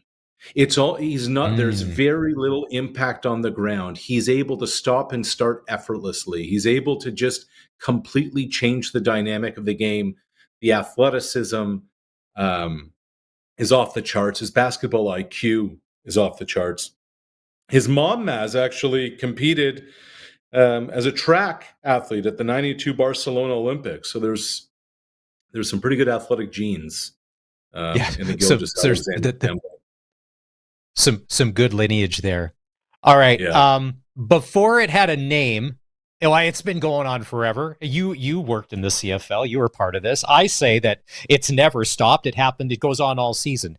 Tampering in the CFL. And so the Ed Hervey window, or the tampering window, opens on Sunday. It's been going on heavy since the season stopped, and now it's going to be legal. CFL free agency. With 1-year contracts, you can blow up your team and rebuild it in no time flat. What are you expecting over these next couple of days? First off, where does a Winton McManus land? Because he's been Argo. We had RJ Bradhead on, and he said we need help on defense. And I'm like, well, a Winton McManus solves a lot of your problems on defense. Yeah, I look at the Riders, and I say to myself, okay, there's different ways of approaching this, but ultimately you get to the West Final, and what happens? Kenny Lawler torches you for 177 and 3 touchdowns, right? So to me, this needs to be addressed 2 ways. One is by pass rush. Second is by corner. Is a Deshaun Amos from the Argos a possibility, for instance? I'm not sure. They were gifted Marcus Sales when he got cut by BC last year, but maybe he's priced himself out of his task. But I just look at, on the corners, is that something of a priority there? They also need to get to the quarterback. I mean, let's be real. And Micah Johnson is not just 37. He's played a lot of football 37. So those are, priorities. I wonder if a guy like Mike Rose, I know he's not a free agent per se, but he played for Corey Mason Calgary. The Stamps just released him. Do they go do that? I know. And the loss of Trevor Reed, Mass, I mean, that's a big one. You can never have enough offensive linemen. Losing your best one hurts. So, when I think about it's sexy to go after a receiver, and it's sexy to go after a running back and all these kinds of things. But football is won at the point of attack. So how do you upgrade your offensive and defensive line, especially when you want to get to the quarterback? And ultimately, if you get back to a West Final, how do you make sure you don't get torched by a home run hitter receiver like Lawler? You address your secondary, you address the corner position. Those to me make the most sense for what Saskatchewan's priorities should be. Well, with Jake Ceresna being a free agent, and he's Canadian, and Tyrell Ford being lights out and a Canadian, let's say you were able to add both of those. Just passport alone, how you can restructure a good chunk of your team on offense and defense. Because to me, last year, Tyrell Ford was, outside of Roland Milligan Jr., to me, probably was the second best secondary player in the CFL. He's a game changer. And I think he's only going to get better. Yeah, and I think going back to the Ceresna point too is, I think if there's anything we've learned in the Dinwiddie era, because let's be real, Dinwiddie's running the football operation, not Michael Clemens. If an Argos player gets to free agency, they're probably gone because the expectation that the player has in terms of what they're going to make on the market, Toronto isn't going to pay them. Toronto's going to re-up their guys before they get to market. If you get to February, insert date here, depending on the year, they're likely gone. Ceresna's a game changer, man. He's a pro, and he's done it everywhere he's been. So that to me makes a lot of sense. The Ford one's an interesting one. I hadn't thought of him. It's amazing, isn't it? Everyone's on a 1-year deal. Everyone's just a free agent all the time. It's funny how it's all changed so quickly. Well, and here's the thing. And Jeremy O'Day, Dave Thomas talked to him earlier in the show. He did press today talking about free agency and all of that. But the one thing that we didn't address, BC has ripped the can wide open when it comes to this marketing money thing. So I'm all in. As a fan, I'm like, whatever it takes, contract-wise, marketing money-wise, we had Darian on the other day, and I said, Darian, were you guys over the salary cap in 2013? I said, nobody cares if you were. All we remember are the championships. That's all we want. Whatever it takes to get these guys here, because, I agree, we're a few players away. And last year, and you saw that when Amari Henderson went down, all of the shuffling that had to go on for one player being hurt on our defense, which hurt our secondary. And keep in mind, Roland Milligan was obviously in a different world last year, but the season before, when we lost him due to injury, look at how that decimated our defense. So having one player change your complete structure, I don't think you can't play that way. So you need the solid backups. You need the depth. But Maz, but you need to find guys and develop them through the course of a season. You can't just go shopping in free agency. You need to hit on draft picks, and you need to find Americans and make them be impact players. And I don't disagree with you about spending money. I think it's important to. These guys don't make enough as is. But my only question is, why do you have a salary cap if everybody's looking to circumvent it by any means necessary? What's the point of all this? Who are we trying to fool here? I'm of the opinion, for the longest time, before there was a cap, the Riders were a have-not just because of the situation they're in. Then things change, and we're one of the more, we have the rich. It's like Hal Steinbrenner saying the other day, teams are going to have a tough time keeping pace with Dodgers and Yankees spending and all that going for. To me, if you haven't spent it, tears, Al. Cry me a bucket of tears. I know. No, Matt, I'm just going to say this, okay? The next time an owner cries poor, remember this. If there's anything that COVID taught us when it came to sports, is that these jokers were willing to play games in front of nobody. And they didn't do it out of the goodness of their heart. And because Green Bay is a community-run organization, doesn't have a private owner, their books are public. Every NFL franchise is in the black based on the TV deal and their collective money from merch and everything else. So NFL franchises are profitable before they sell a ticket, a parking spot, a soft drink, a beer, a hot dog, a sweet, you name it. Baseball played in front of nobody. Hockey played in front of nobody. The owners want you to believe that the players are the greedy ones, and yet they're the ones charging you $9.50 for a popcorn and $8 for a bottle of water that you can buy down the street at the grocery store for a dime. Don't buy their BS. That's it. There's my rant. And as fans, and as rabid fans that don't understand logic, or we run on emotion, we just want a winner. When we talk to you on Tuesday, will you be in New Orleans? I will be in New Orleans. Be flying this weekend, so looking forward to it.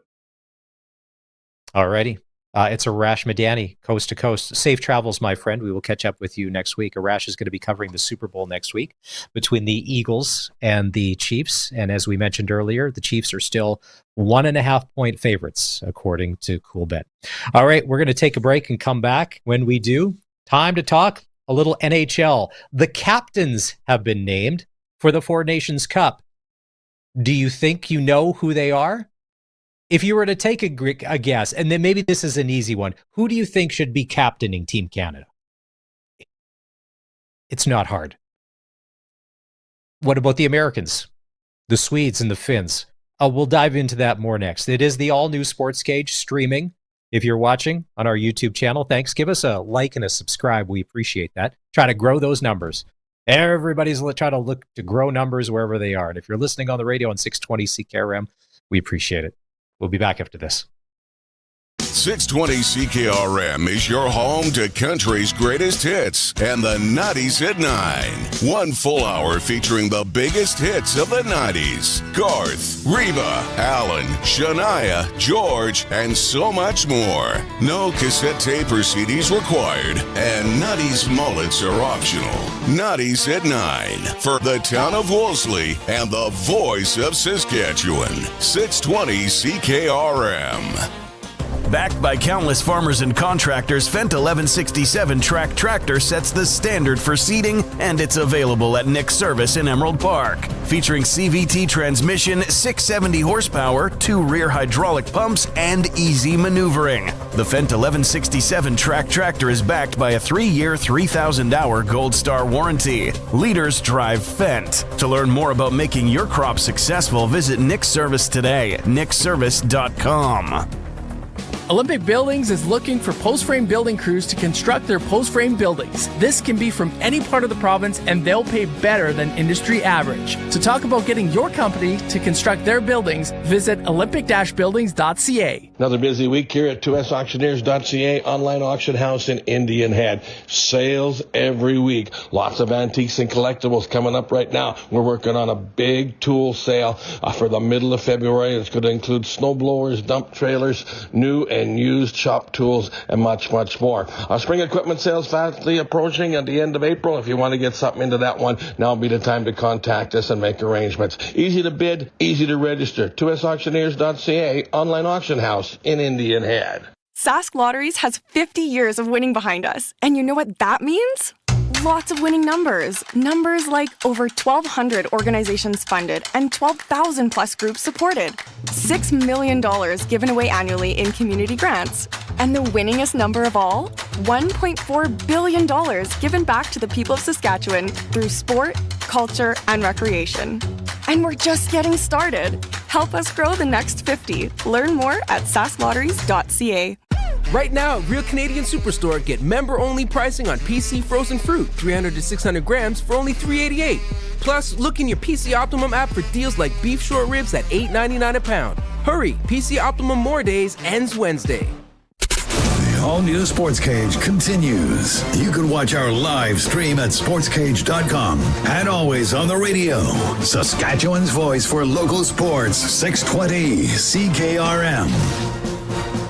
Hey, enjoy the next couple of days. I was just checking the forecast. Warmish, but it's going to get cold on the weekend. There's some snow and blowing snow coming. Like, we need more of that. And then it's to start off February, like, we're back into the minus 20s again.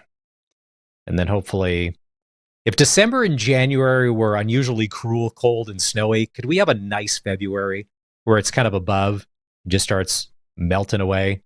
Or, next thing you know, it's a good thing in February if you have to worry about windshield washer fluid because it's slushy out. Mother Nature, is that too much to ask? The all-new Sports Cage is brought to you by the Canadian Brewhouse and Pasta Thursdays. For just $11.99, you can choose from basil chicken penne, Alberta Wagyu ravioli, creamy chicken Alfredo, triple play mac and cheese, or the barn burner beef stroganoff. Also, you can get garlic Parmesan knots for $5.99. Wine's on sale. You can get a 9-ounce glass for the price of a 6-ounce. That's 50% more wine, according to them. Or is that a third more? I think that's a third more. And if you're a beer person, Bud and Bud Light, you can get $1 off tankards. There were 5 games in the NHL last night. The Flyers, Devils, 2 goals from the Hughes brothers. Flyers beat the Devils 5-0. The Wild and the Leafs, what's happening in Toronto? People are pushing the panic button. Last night, Jared Spurgeon had the game winner. Philip Gustafson made 32 saves. The Wild beat the Leafs 3-1. Kings, Panthers, Matthew Tkachuk had a goal and 2 assists. The Panthers beat the Kings 3-0.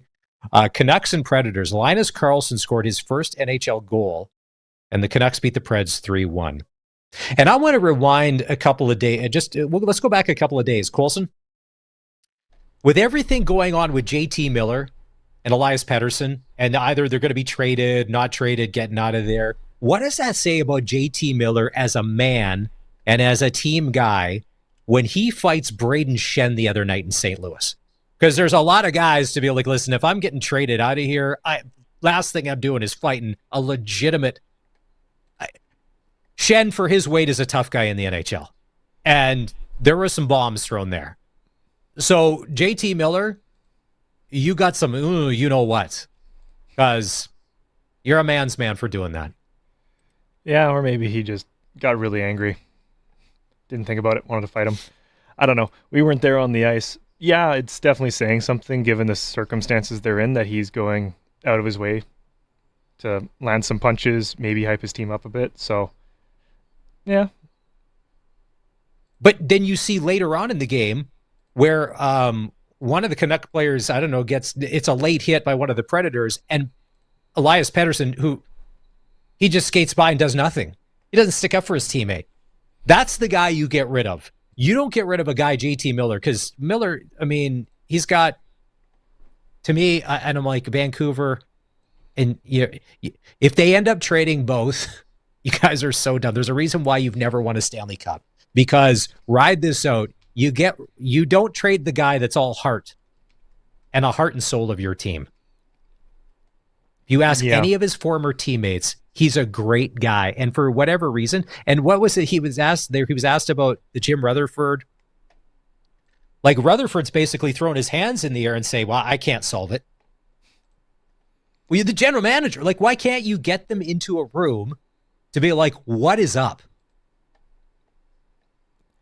Like, if we had to get together in a room with HR, me, you, and Curtis, maybe Barney, because Barney probably caused all of this. Now, the reason why we're in with HR, because Barney probably caused all this.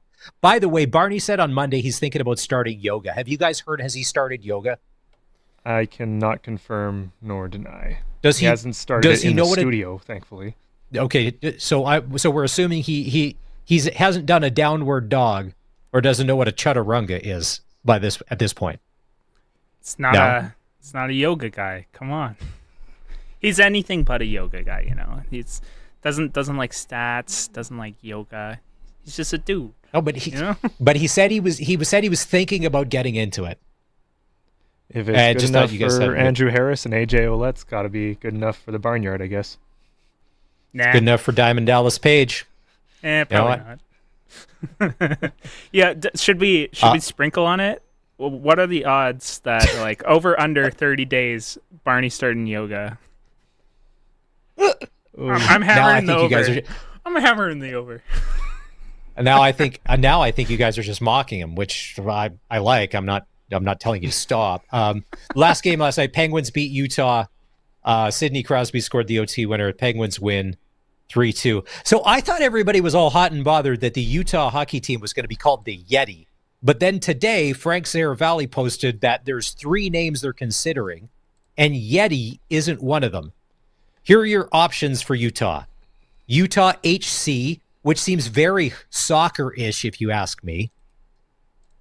The Mammoth, as in woolly mammoth, and then the Wasatch.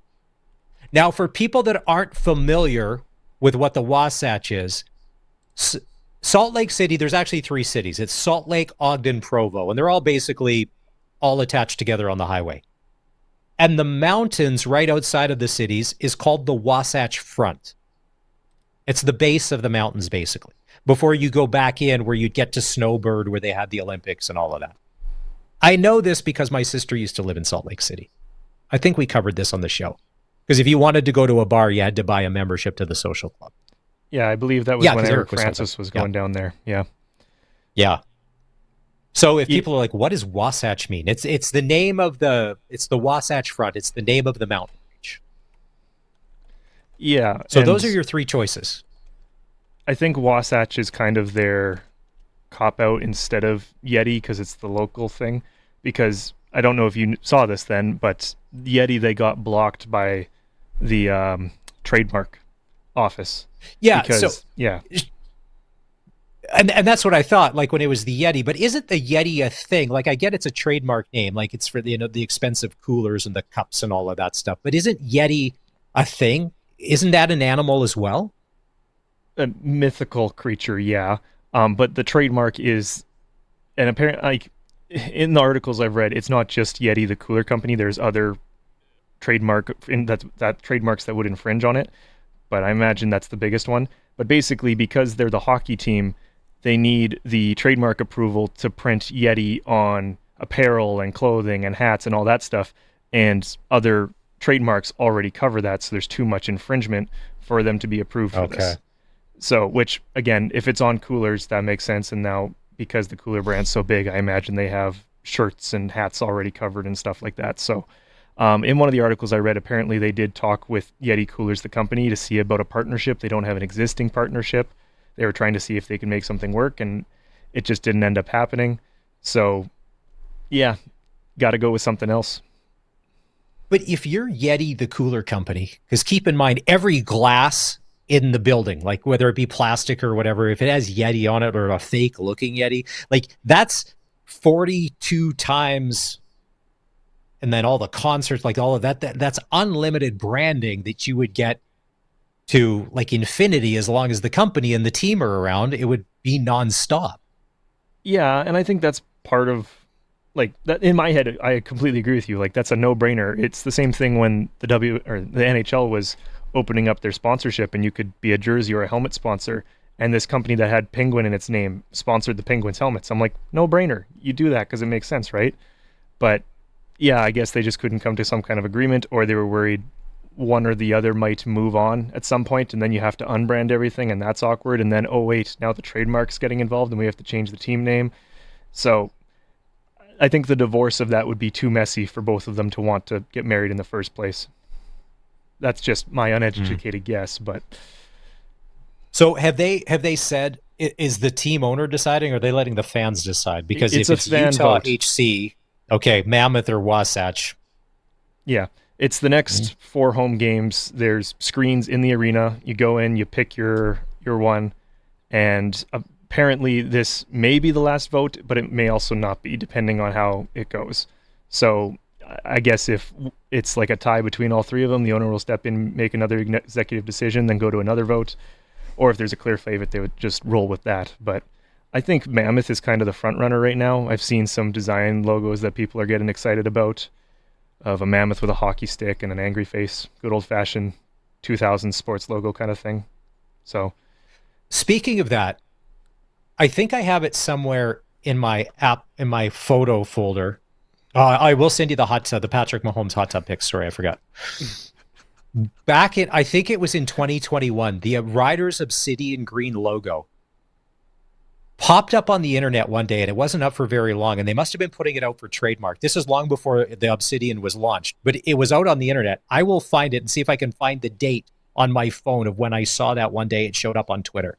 And then it wasn't there for long, and then it was gone. And then a couple of years later, it comes to fruition. So when you're saying that there's logos floating around online, who knows? Maybe miraculously, a designer with a private account put some designs out just to get the people thinking about what potentially could be a logo for the Utah. Don't put it past them.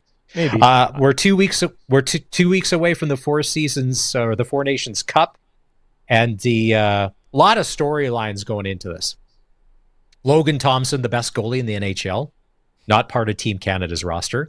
And to me, if you really want to win, I'm sorry. If a guy can be taken out for injury or if he decides to pull out because he doesn't feel it, they should also be able to make changes to the roster just based on who's hot and who's not.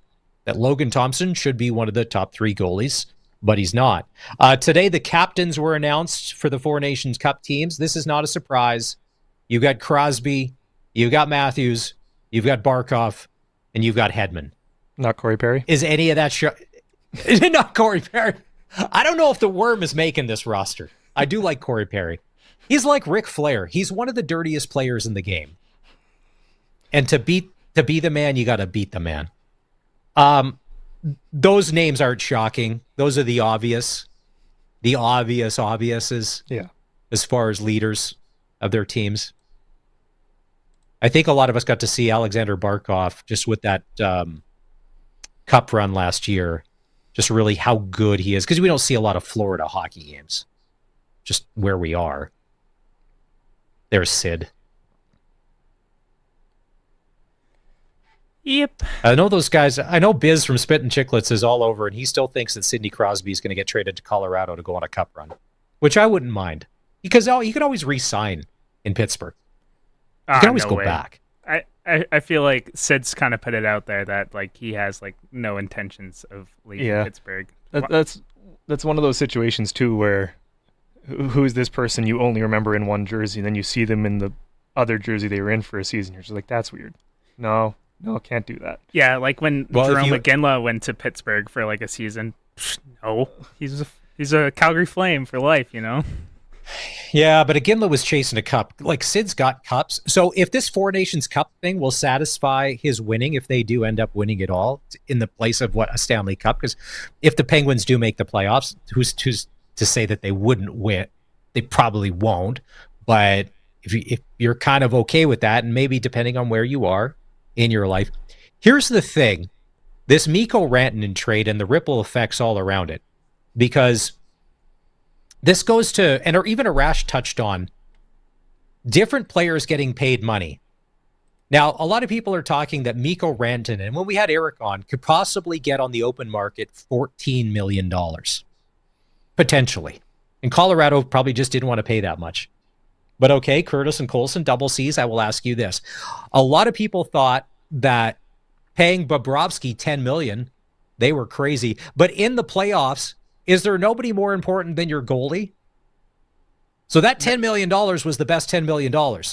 Okay? He is the most important guy, and he earned every penny of it last year, and they end up winning a Stanley Cup, as opposed to a $14 million winger that doesn't necessarily win you or lose you games. So they're willing to give all this money, and maybe this is more of a rant sticking up for goalies. They're willing to give all of this money to the other positions, but like you see Logan Thompson, best goalie in the NHL, signs a 6-year deal for $6 million. Now that's more money than we'll ever make. You know, that life-changing money. But in the scope of it all, Logan Thompson is the reason that the Washington Capitals are where they are in the standings, without a doubt. So he is your most valuable player. It's funny. But you it's don't kind of like pay like that. It's kind of it's catch-22, because in an ideal world, you would have 0 shots on net. You know, you don't want the opposition pinning any on net, but you still need a guy in there that's solid when it eventually gets there. Because let's be real, when's the last time there's been a a game where there's been 0 shots on net In for the NHL? I don't know. Let's see. That's a good question. Okay. Yeah. Okay. Now, here's the thing. All right. What are the two things that have plagued the Carolina Hurricanes in recent memory and the Toronto Maple Leafs? Lack of goaltending in the playoffs when it matters most. Yeah. They had no problem paying all these forwards, and you don't have a goalie to save your life. And same thing with Carolina this year. What, Freddie Anderson's played 6 games? And he's never done anything in the playoffs. So you guys are willing, this is what I don't get. They're willing to shell all of this money. And to me now, so keep in mind, when the Panthers were losing, everyone was all over, that Bobrovsky and that $10 million contract, that's way, way too much. Last year, look at Game 7 alone.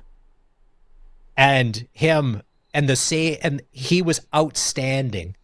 But yet, now we'll give this guy $14 million because he plays left wing. Yeah, good goaltending. But you won't pay a goalie. Yeah, good goaltending. I feel like, as Arash was saying, is like paying your offensive lineman and defensive lineman. Right? It's where things kind of start and stop.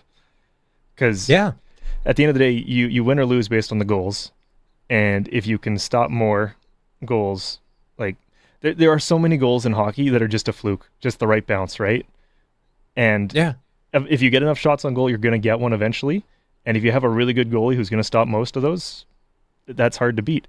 And by the way, the only time that I can tell that there was 0 shots in an NHL game is 1958 when the Red Wings beat the Rangers 3-0, and the Rangers did not get a shot on goal. So it's been a minute since that happened. Different game now, but...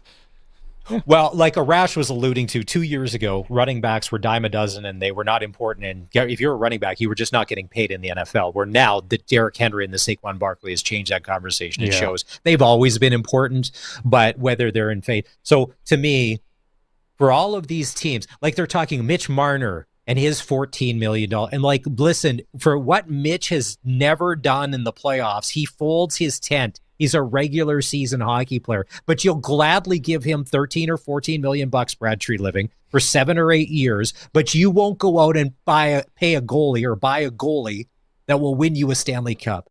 If they got rid of Mitch Marner and got themselves a goalie, they're in a far better position to win than with him.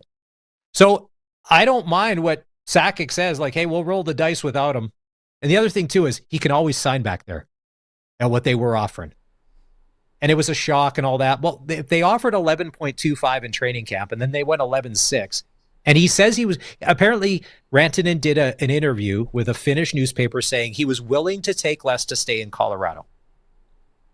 But apparently 11.6 wasn't enough, and then boom, all of a sudden it was done and everybody was blindsided. Not even good Sasky guy Jared Bednar, the head coach. Yeah, so playing chicken, something's got to give. But, yep. Well, and the other thing too, and same thing with Colorado. The math doesn't make sense. There's 10 games in the NHL tonight. Winnipeg Jets are in Boston to take on the Bruins. The Wild are in Montreal to take on the Canadiens. Kings at Lightning. Did you see who was that Essamont from the Lightning? Cheap shot Connor Bedard the other night. He hit him in the back into the boards. Yeah, that's a gross hit, but it's funny. That's what Connor's going to have to put up with, and you're going to have guys come to his defense. Like that's, for that Essamont, what do you care? You're trying to make a name for yourself too. I don't agree with it, but hey.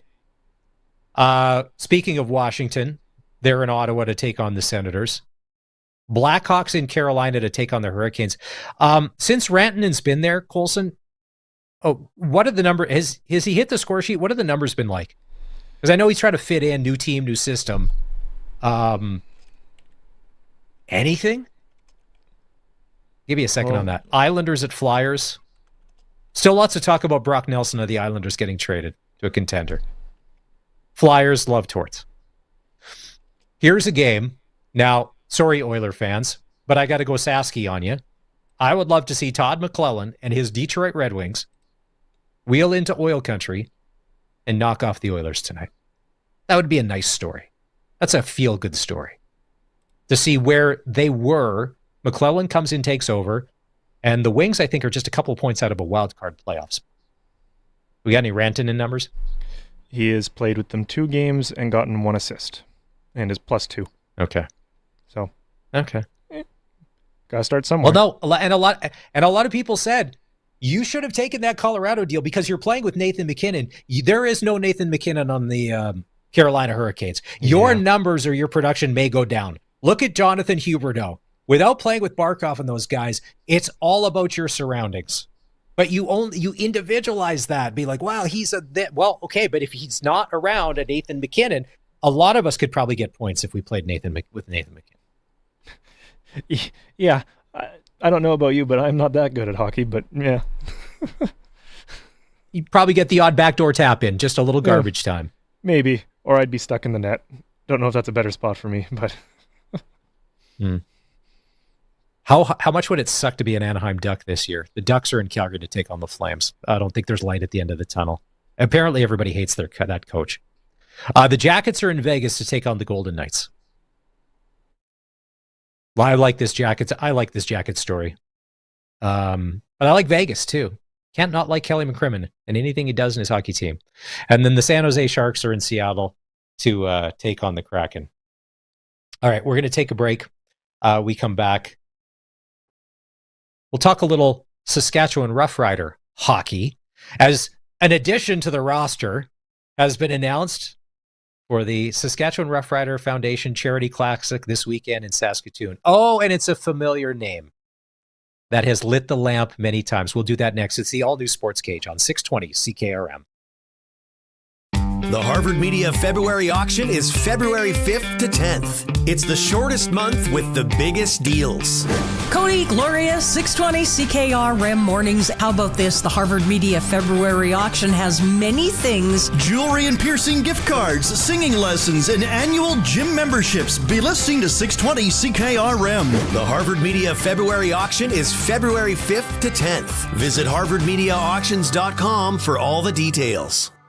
0% financing on Bronco Sport, 0% financing on Ford F-150, 0% financing on Ford Escapes. You see the trend here? Future Ford has 0% financing on their huge selection of new vehicles. The 2024 has to go, and they need to make sure they have room for all the 25s they have coming. I know what you're thinking. 0%? What else can you do? How about free oil changes at any Ford dealership in Canada and half-price extended warranty? Check out their inventory at futureford.ca or visit them at Future Ford in Melville today. At McDougall Auctioneers, we're not just selling heavy equipment, we're powering progress. Hi, this is Riley McChesney.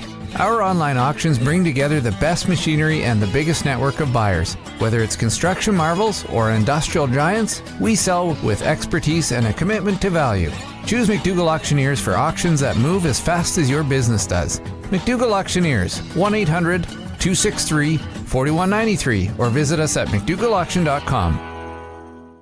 The all-new Sports Cage. Watch our live stream at sportscage.com and on the radio at 620 CKRM.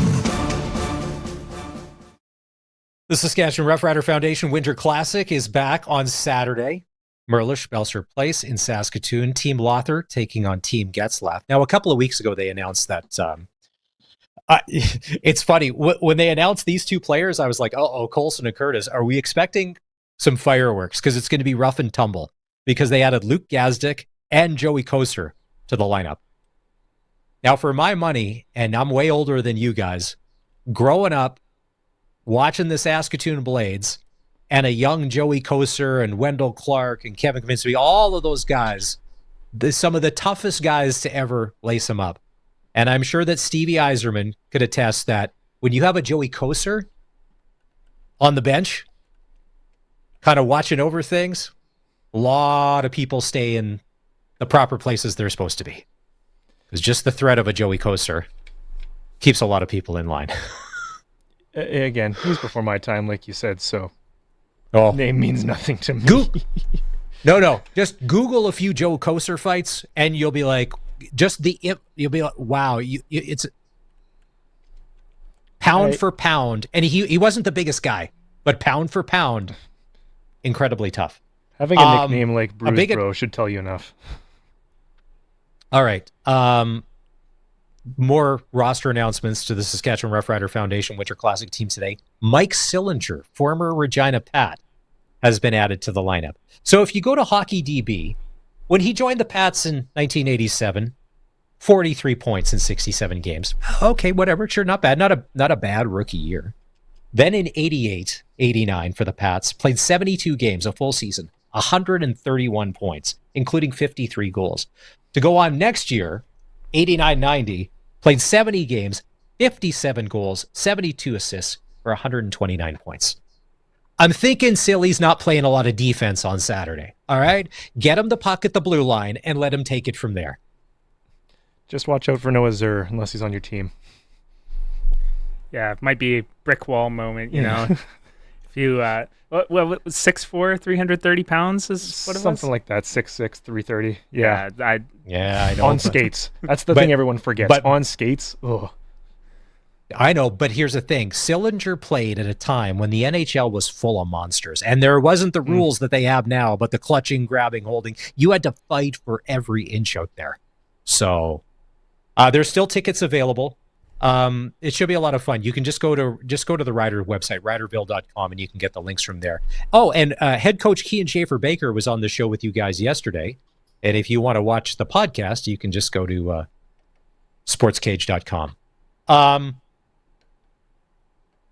Are any of you guys worthy? Like, I know Barney's played hockey. Are either of you guys worthy for an invite to this hockey game to be suiting up on either a Joe or Schaefer-Baker's team? Or is it a good thing that the Sports Cage pride is not on the line this weekend with you guys suiting up? Absolutely and bringing not. shame to the brand? You know what? I wasn't very much of a hockey guy. I somehow got convinced by all my friends at school to sign up for like the kind of like rec hockey. And it was all my friends that are like buddies that are like, oh, we want to be like sports broadcasters, you know. They all laced them up when they were younger. Not very good. I earned myself a pretty good nickname. It was Bambi on Ice. So, you know. Nice. All right. Well, I am no better. Hey, Bambi on Ice. Hold that thought right there. It's time to take a break. News, and then we'll be back. Glenn Suter's coming up in moments. We're going to talk CFL free agents. It's the all-new Sports Cage. Streaming at sportscage.com and on the radio at 620 CKRM. Country's greatest hits live right here. 620 CKRM, a Harvard media station. Good evening. In Regina, it's partly cloudy and it's -4. I'm Corey Atkinson from the Harvard Media News Center with 620 CKRM News for Echo Sound and for Coupel. Stay connected with the new cell phone from Echo Sound. Call 306-332-6711. As the deadline for U.S. President Donald Trump's threatened 25% across-the-board export tariff on Canadian goods looms ever closer, Saskatchewan's Trade and Export Development Minister says the province may be in a better position than others to weather the storm. Warren Kading says the ideal option is to avoid tariffs altogether, but he notes that only about 55% of Saskatchewan's annual exports actually go to the U.S., adding that the province has 9 trade offices operating around the globe, working to expand into diverse trade markets. We are doing an incredible amount of work in each of those 9 locations and beyond in trying to establish what kind of opportunities we've got for our producers here in Saskatchewan, whether they're doing agri-food products or they're building steel or they're doing computer technology. We are going to help them find a market for their products around the world. Kading says approximately $28 billion worth of goods move from Saskatchewan into the United States each year. A 36-year-old man is facing multiple charges following a series of break-ins and mail thefts in Regina. The first incident happened on November 5th of last year on 5th Avenue North, followed by break-ins on Avonhurst Drive, Robinson Street, and 9th Avenue North. In some cases, witnesses confronted a suspect who fled the scene. Investigators used surveillance footage to identify the man from Lake Alma. The suspect is charged with break-and-enter, possession of break-in tools, and theft under $5,000. He made his first court appearance on Monday in Regina Provincial Court. Federal Health Minister Mark Holland says he's hoping to sign pharmacare deals with the provinces and territories in the coming days. The first phase of the program would cover the cost of birth control and diabetes medications. Holland says there's a lot going on in the world that's taking the government's attention, but health must be a priority. There is such a compelling case to get this done, but it's important that we do it right and we do it collaboratively with provinces. We're going to have these deals very, very soon. When that happens, then we'll be able to show exactly when those drugs are flowing. But we're moving as fast as we possibly can. Holland previously said he wanted to have deals signed by April. So far, only BC has signed a memorandum of understanding. And investigators have begun their look into a mid-air crash in Washington, D.C. that killed all 67 people aboard a passenger jet and a military helicopter. U.S. National Transportation Safety Board Chair Jennifer Homendy says that the black boxes from the aircraft have not been recovered yet. We have not recovered the flight data recorders yet. We know they're there. They are underwater. This is not unusual for the NTSB. We have many times recovered flight data recorders in water. Homendy says they look at facts on their investigation, and that will take some time. It's 5:04, and that's your 620 CKRM News. Read more stories from around your community and around the province at sasktoday.ca and 620ckrm.com. Your weather is next. Oh, finally, there it is. Whoa, did you order pizza? No, even better. I called Echo Sound, your SaskTel authorized dealer. Oh, so what'd you order? Well, they have all the top-of-the-line smartphones with all the latest features and so many great plans, man. Oh, nice. Oh, it is the pizza guy. Hey, guy. Tell him to go away. We're waiting on Echo Sound. Echo Sound, your SaskTel authorized dealer in Fort Qu'Appelle. EchoSound.ca. We'll still take the pizza, though. What's going on in the markets? When is the right time to invest? What should you do with your money today? When Linda had questions, she talked to Brian Golly. He makes you feel very at ease. He's always up for a visit with us, and yeah, we're always happy to see him and get some advice from him.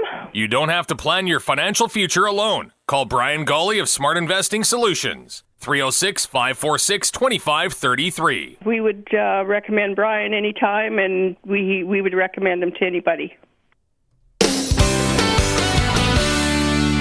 It's 5:06, and I'm Corey Atkinson with your 620 CKRM Precision Weather Forecast, brought to you by Linex Regina. Serious protection, killer looks, 1865 McCarra Street. And for Matt's Furniture, visit mattsfurniture.ca. Now here's Precision Weather meteorologist Phil Spivak. Mostly cloudy sky through the night, temperature down to around -14. A gentle breeze, though a very gradual increase in the wind is likely over the next 36 hours or so. Snow comes in through that period as well. We could pick up a couple of centimeters through the afternoon on Friday. Mainly later afternoon is when the best chance for that light snow is.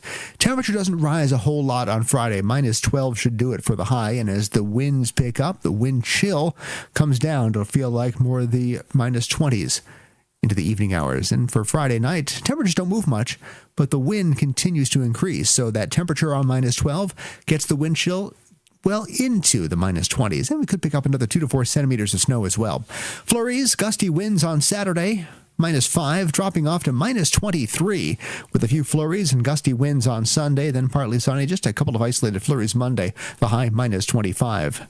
With your 620 CKRM weather forecast, I'm Precision Weather meteorologist Phil Spivak. Well, across the province at this hour, Saskatoon is -10, Swift Current -3, Assiniboia -4, Broadview Moosomin -2, Yorkton Melville -11, Estevan -3, and Weyburn is -5. At this hour in Moose Jaw, it's mostly cloudy, winds from the northwest at 15, and it's -1. Regina is partly cloudy, winds are from the northwest at 13, and it's -4. For more local news that matters to you, subscribe to the daily newsletter at sasktoday.ca.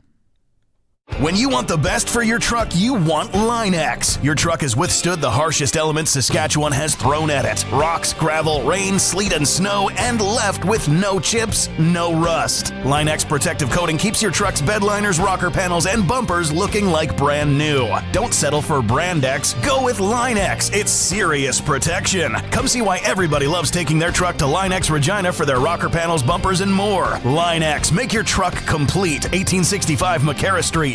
It's Power Bill Day. This is Tim. Hooray, hooray, it's Power Bill Day. Tim loves getting his monthly power bill because Tim's power bill is teeny. Tim has a residential solar system from Keln Solar. It powers his home, and excess power is sent back to the grid for credits on his Sask power bill. Give me those savings. Yeah. Get a teeny tiny power bill. Just like me. Woo! Get a quote on a Keln Solar residential solar system at kelnsolar.com.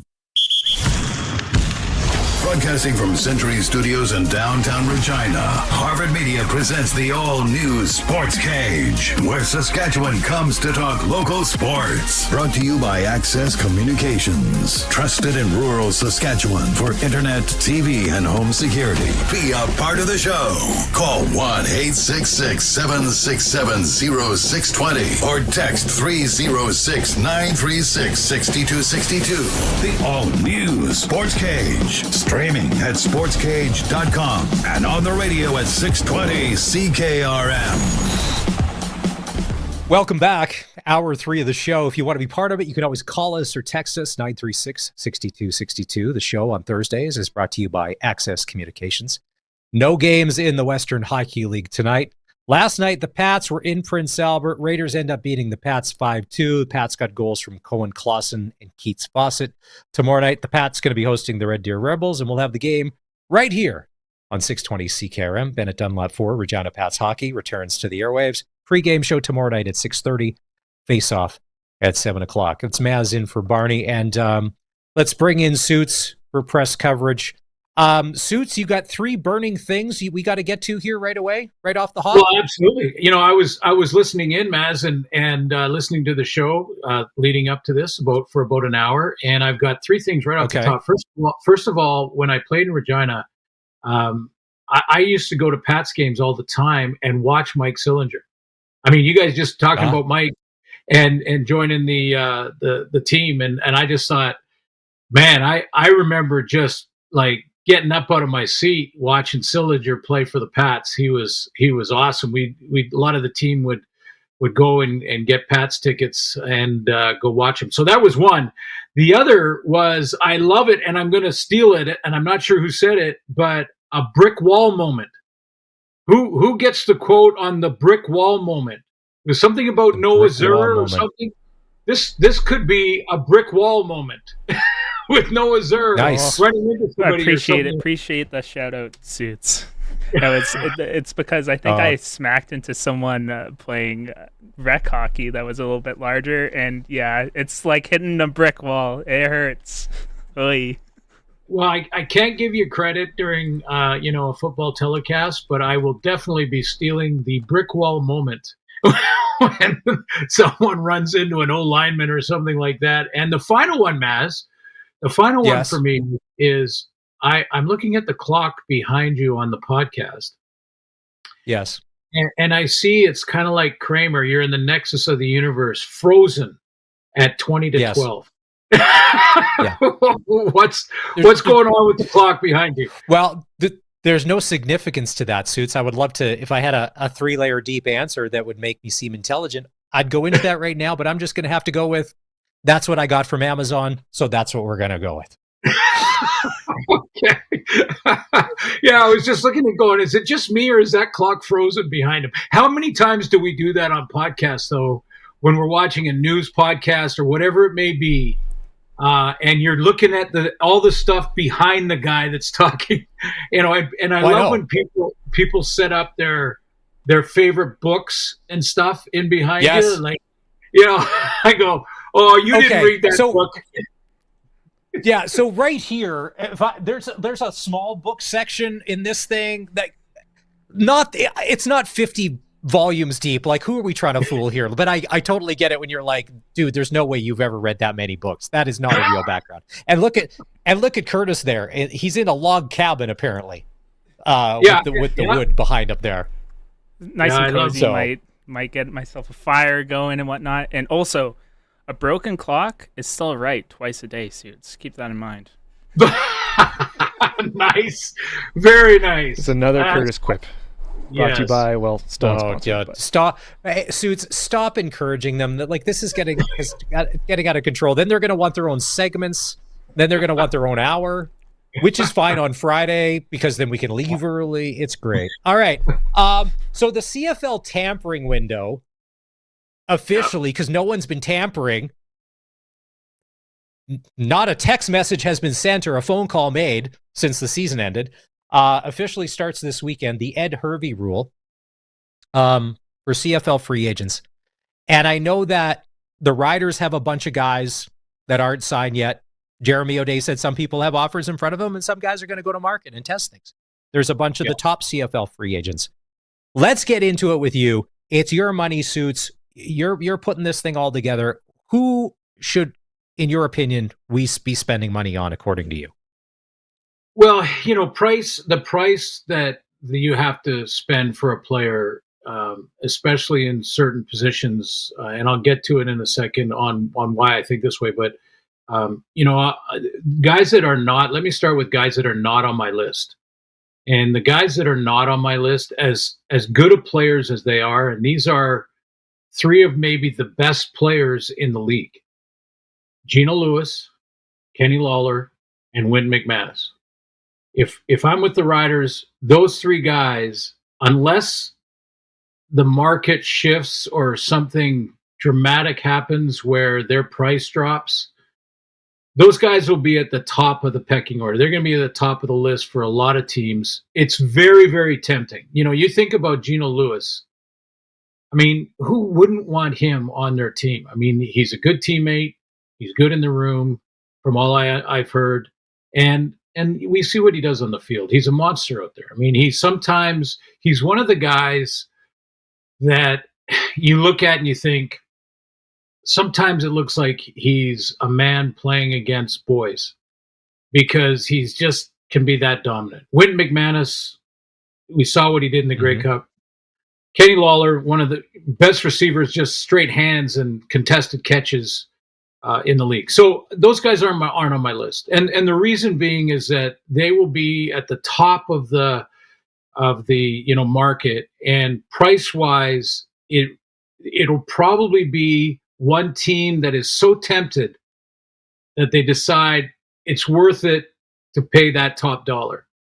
What it does, though, is it shifts your whole budget, where there are guys that I think become way not more valuable than them as players, but work into your budget and your system and will benefit your team all together as a package. Not just, who's the best player? I don't care how much it is. I'm paying for that guy.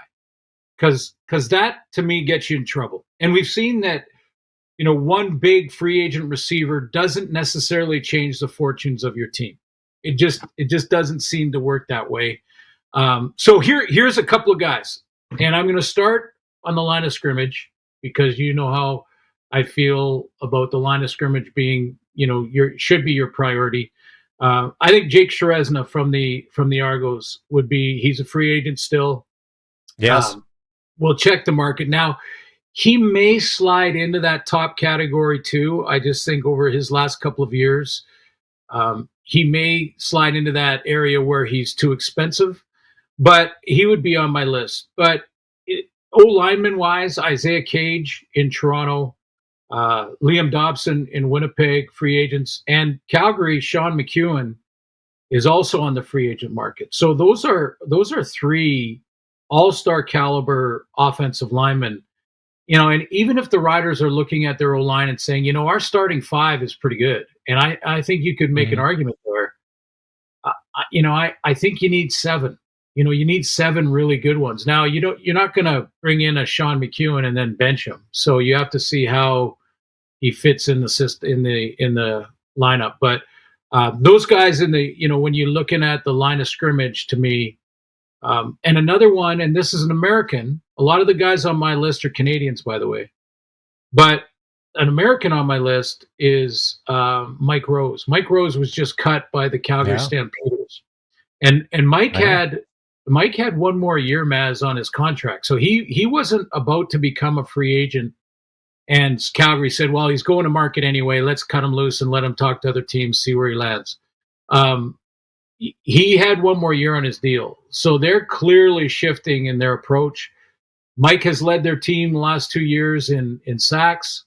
And, I can see why Dave Dickinson probably parted with him, because I don't think his back half of the season was up to his own standards. I mean, he would be the only guy that could answer that. But having said that, I look at it and think it wasn't his standard in the back half, but a new team, to prove a point, that chip on your shoulder, all of those things would kick in for Mike Rose. I think that shift and that change of, area code would be good for him.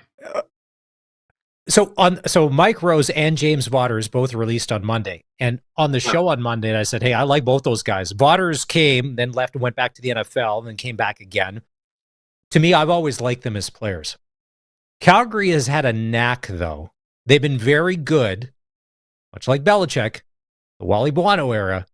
They know exactly when to get rid of a guy, which made me think, because you had said he's got one more year left on his deal. Calgary's got enough turmoil and change going on. I'm like, okay, well, what's up with Mike Rose if they're letting him go? Because keep in mind, if he came to Saskatchewan, I agree, there's enough surrounding pieces, he could just fit right in and get back to form. Because it seemed like last year he was just trying to do too much to cover for all the other problems that they had. And maybe that's why it didn't work. That's my only question about Mike Rose. I would take him. I really like what he does. He played under Mace. They would know each other. So that's intriguing. Yeah, and they would know each other. And the other thing is that Corey Mace can answer a lot of the questions that you have about Mike Rose by watching the video. He can watch the second half of the season, and then don't judge him just on those 6 or 7, 8 games. Don't judge him just on those 8 games. Judge him on his whole body of work, and then determine whether or not this is a getting older thing, or did the play drop off because, as you mentioned, he was trying to do too much. Trying to take 3 gaps in the O-line rather than just his own gap. Those kind of things, and that's what got him in trouble at times. But the production kind of has dropped off, and Corey Mace can answer a lot of those questions by looking at the video. He knows him well, so he knows what kind of guy he is. Every time I talk to him on Zoom, he seems like a great teammate. He's a bit of a character, which sometimes you need in a locker room, that guy that has a lot of fun and, messes with people. But, I would definitely talk to him. I would definitely kick the tires on him. He's a very skilled D lineman that you could play both inside and out. So I like him. A couple other guys, Tyrell Ford in Winnipeg. Yeah, game changer, ratio changer, just so good and getting better. All-star, and we're just scratching the surface. And passport aside, yes, he would be ideal. And most of my guys on my list are Canadians. He would be ideal in that regard. If you're gonna sign a free agent and maybe pay a little more than you want to get that free agent, I think that's a safer bet than trying to find a young college Canadian, DB or receiver, whatever it may be. It's less of a risk to find DeMonte Coxey or an Ontario Wilson, who is a rookie that makes an impact in his rookie season. Remember Dalton Schoen in his first year in Winnipeg, rookie. Statistically, when you look at his measurables like 40 and things like that, you're not going to be overly blown away by him. But what a great receiver. He fit into our league. He figured it out and just made a huge impact his rookie year. I think your chances as a GM and coach of finding a young, rookie, hungry American receiver or DB or linebacker, maybe even offensive tackles, it's much less of a risk because of the sheer numbers. The sheer numbers in the States with all the guys that are coming out of colleges. So, if you're going to go into the free agent market, to me, it's guys like this. It's Tunde Adeleke. It's Royce Metier. Yeah. Those 2 guys could be your safety for the next decade. Yeah. That takes a receiver. Both of those guys can cover man-to-man, so you can blitz with them and move them down. Both of them have great range, and both are Canadian. That's a biggie. Tyrell Ford, as we mentioned.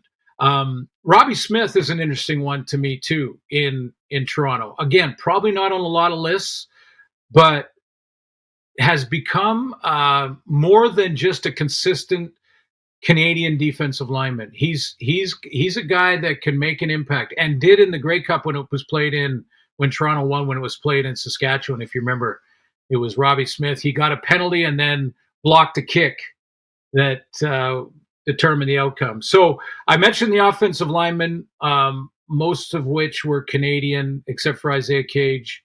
The other guy I might kick the tires on, and we've talked about this, Barney and I did, Maz. I'd be interested in your idea too here. Adam Bighill wants to keep playing. Now, Jameer Thurman is the starting linebacker in Saskatchewan, and Jameer Thurman provides the leadership necessary. But I told a story about Nick Hebler back in '87 when he joined our locker room. And I think Adam Bighill would be that kind of guy. You can still have Jameer as a leader on your defense. Adam won't step on his toes. But Adam knows the caramel secret with why Winnipeg has been to the Grey Cup 5 straight years. So it'd be interesting to talk to him. Suits? Okay. As a crazed Rider fan who runs on a lot of emotion and not a lot of logic, that's 90% of the people that are listening and watching. The Andrew Harris becoming our running back coach, I needed about 36 hours to completely take in and kind of be okay. Now, keep in mind, Harris hasn't played. He's a year and some removed. It's a coach. It's a thing. That may be a lot to ask for us to kind of absorb an Adam Bighill announcement at this time. Where, hey, don't get me wrong. Love the guy. Just there's not enough time of him not being a Bomber. And he wrecked us for a lot of years. Okay. Like, keep in mind, like, if it was somebody else, like if you're like, oh, it's this guy from Ottawa. Okay, fine. No emotions attached. A lot of us may have a tough time swallowing an Adam Bighill one. Well, Andrew Harris. Andrew Harris, Maz, as you mentioned, is going to make a big impact and a similar impact that an Adam Bighill would, except for Adam could be on the field helping you too. And yes. Football ability wise, this is just emotions and us getting over ourselves to be like, he was the enemy. He was one of the most hated enemies on the Bombers. Who there's a lot of stuff going around online, and not a lot of people are feeling sorry if the Bombers get like lit up here in free agency and lose some guys because the dynasty is kind of falling apart. Like, they get rid of Wolotarski this week. They've cut Adam Bighill. Is Dalton Schoen going to resign? People are saying, well, Schoen's going to sign with the Riders. There's a lot of change there. And Jeremy O'Day, in his comments that, Dave had earlier, says with all these one-year contracts, you can change your team in a year because you can make over your roster in a big way. Yeah, you can. And there's two receivers, by the way, on my list that I maybe buried the headline. Justin McInnes is a free agent, and Justin McInnes is a Canadian.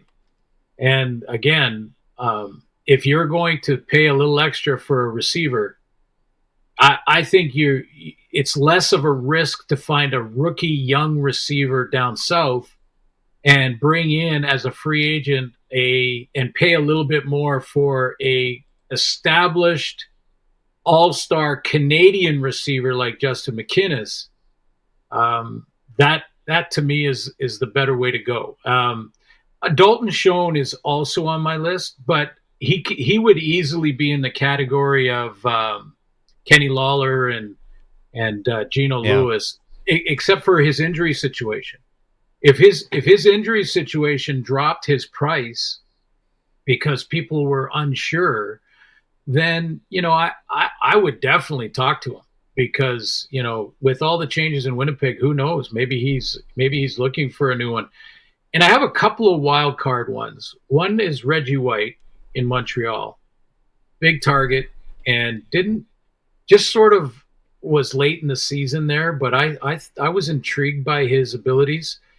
And Janarian Grant, the returner in Toronto, and there were two reasons for Janarian Grant. One, the player, awesome. Now Mario Alford is going to become a free agent, so I think the organization should be, just to cover their base, should be talking to Janarian Grant in this window and saying, hey, what would it take? How would you feel about playing in front of 30 plus every single home game in a beautiful facility And that's not to disparage or discredit or not show respect for Mario Alford. But if he becomes a free agent and is testing the market, well, okay, that's fine. You can test the market, but we're also going to test as an organization the market on another top-end returner. And Janarian Grant is certainly that. When we were talking about Big Hill, I thought of the very amusing situation of if Big Hill comes here, that'll be Adam Big Hill, Solomon Eliminian, and G.Y. Simon, who are all in their prime with BC and who all would probably retire with the Riders. And I'm like, that'd be a fun trio to have around our Ring of Honor, right? So that is it's a great point. I mean, it is a great point because look what G-Roy did in the Grey Cup year. The Grey Cup year in 13, G-Roy Simon, the story is fantastic. And one day have G-Roy on the show and have him tell the story. But he goes in the huddle and tells Darian, well, you guys talk to Darian on a weekly basis, so ask Darian about it.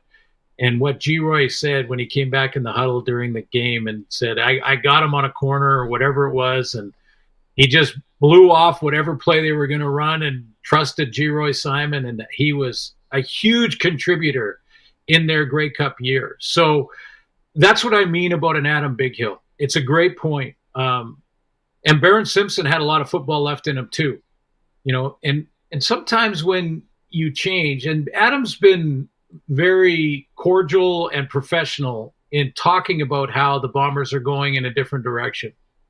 But in his heart, in his soul, to the core of him, he wants to show that whole organization that he's got more football left in him. Nice. I'll just quickly run through some of the names here. You touched on it. The Rider free agents. Now, there may be offers in front of them. There may not be. Christian Albright, Mario Alford, Adam Auclair, Canadian linebacker, had a great second half of the season. It was a bit of a game changer there. Is that a guy that you think we should try and bring back, Suits? Yes. Okay. Philip Blake, often injured and up there in age. If they move on from him, are you shocked? No. See what the market brings, and there are other O linemen. Again, that's the Janarian Grant discussion.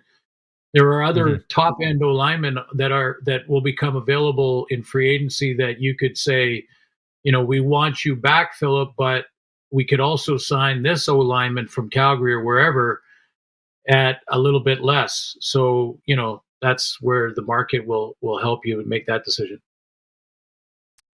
On the D-line, Miles Brown and Brian Cox. Both had good years last year. Mm-hmm. I like them both. Again, I think you can wait and see where they kind of land. I know Micah Johnson, I think, is still out there, and so is Anthony Lanier. And Anthony Lanier. Yeah. So with Lanier and Miles Brown, if I'm in Jeremy O'Day's shoes, I probably want at least one of those guys back. Both can contribute inside and out, and can be dominant. So I'd want to get at least one or both of those two back. Peter Godber played well, injured last year. Amari Henderson. If they move on from Amari, I think a lot of us are okay. Frankie Hickson. They signed another running back earlier this week, Trent Penix. So I don't know if that means Frankie hit. Is AJ Ouellette? We've discovered some running back talent. We also have Arquel Armstead under contract for another year. Godfrey Onyeka, Cozy Onyeka, Shea Patterson, and Mitch Picton, two loyal soldiers. Been here through some thick and some thin. Yeah. Does Patterson come back to be a camp arm? Because is Mayer going to be anointed number 2, or is this a legitimate dogfight where everything is open? Well, I think knowing Corey Mace a little bit and having many conversations with him, that he will make sure that everyone understands that it is a competition always, and you're as good as sort of your last week of practice or your last game. And that's just pro football. That's not one approach different than another. That should be what it's always about. Competition will bring the best out of everybody, always, and the guys know that. But you make a great point on Shea Patterson. To me, ideally, you want your number one that you believe can win you a championship. They have that in Trevor. Your number two has got to win you a few games during the regular season. Having an experienced one in Jake is excellent. Number three's got to be your future. So and your short yardage guy. Ideally both. Mm-hmm. And if number three, if you are after, how long have they had Shea there now? 3-4 years. I think this is coming up would be his third season. Third season. So they've had lots of time to, evaluate what he is now and try to imagine and foresee what he will become. And that to me is the decision that's got to be made on Shea is he a guy that you envision one day could win you a championship or win any team a championship? Like, think of it like that. Like if this guy is good enough to win with and take you to the promised land, then he's your number three because he's your future. He's young. He's going to keep learning under the veterans ahead of him. And he becomes your short yardage guy in the short term. But in the long term, you believe that in 5 years, he's going to be your starting quarterback. I think that's what your number three's got to be. And that's why you go and get a young one that has probably been overlooked in the NFL, and you start to groom them and then see them in your system, see their work ethic, see how they handle adversity, see all those boxes that you got to check. And if you're checking them all and you got your future guy, then absolutely you get him signed back. All right. And then we'll end on this. I think a lot of us that are Rider fans, and it's not just because it's a homegrown thing, but every time Mitch Picton's ever been put in a football game, all he does is what he's supposed to do. Catch balls, block, do the right thing proper. But I think a lot of us think he's never been given fully the opportunity to, have that starting role and really make a name for himself or a career out of it. And then he got hurt last year and stuff, and now he's a free agent. To me, I just really like him because he's dependable. He reminds me of the Bags and the Dresslers and all of these guys of the past, these slot backs that have come in that have just always been a safety blanket and been dependable. But for whatever reason, has just never, ever got his shot, in my opinion. Yeah. I hope if he does come back to the Riders, I hope that his role going forward is bigger than it has been in the past. I agree with you. And in talking to the quarterbacks, and that the Riders went through some injuries. So we did see Shea Patterson play. We did see, the backups come in. But when I talked to them about Picton, they all had so much confidence in him. Like he was sort of their rock. It was like this, when they talked about Picton, and it was like, well, it was time for the Picton play kind of thing. Like it was third down. I needed to throw to a guy that I believed in, and I hit Picton and we got the first down. It was that kind of discussion. Mm-hmm. So I hear you on that, and getting that opportunity is a big part of it. The other part with Picton is when you're in year 4, that's really, especially for an offensive guy, I think, when you're in year 4, you're really coming into your own as a Canadian. You've gone through the first couple of years, which is like standing in the middle of a freeway. Then you start to really gain some momentum and show what you can do. And then in year 4, you're a 1,000-yard receiver. And that's the question. I mean, if they go after Justin McInnis and get him, how does that change everything? But if Picton is available, they look at the market, probably a little hometown discount, right? Mm-hmm. Yeah. if you can work it, and work on some stuff outside of the game, which I'm sure Picton does a ton of anyway. But I agree with you, Maz. There's a lot of guys like that sometimes if you put him in the prime spot in the slot, he'd be a 1,000-yard receiver, but he just doesn't get that opportunity. All right. As always, Suits. We love it. Go do some tampering before Sunday. Go be that guy, that disruptor. Go tamper. Go do your thing before Sunday. And there's no commissioner in the league right now, Suits. Nothing bad can happen to you. Yeah, that's right. That's a great point. Tamper all you want. There is no commissioner. You know what I'm going to do though. The next time I see you at Memories Restaurant, I'm bringing you batteries for that clock over your shoulder because we got to put some batteries in that baby. Hey, as one of the double C's said, a broken clock is right twice a day. The rest of this show, not often is it ever. All right, we're going to take a break. When we come back, there's some local hockey on the scene tonight. And speaking of the Riders, Jeremy O'Day spoke earlier today. A press conference all about free agency. And before the end of the show, we'll get you a full and complete Dave Thomas, Jeremy O'Day interview. It is the all-new Sportscage. We're streaming online on our YouTube channel at sportscage.com and on the radio at 620 CKRM. So since that little ding on my car last week, I don't know where to take it. I don't even know. That's easy. Take it to Regina Motor Products. Who said that? I did. Down here. I'm Terry the Tire. Regina Motor Products Chevrolet Collision Center and SGI accredited auto body repair is a full-service collision and body shop that works on all makes and models. Just submit your claim to SGI and set an appointment to get your appraisal done. Easy. I bet you're tired after saying all that. South at Highway 1 and 6, Albert Street. RMPChevrolet.com. Homes always seem to need something. And right now, during Home Hardware's Bring Home the Savings sale, everyone's saving on just what they need. Some are saving 10% on select molding and interior doors for that spare bedroom they never got to. And some are saving 25% on select Beauty Tone Signature paint. Hey guys, exciting, isn't it?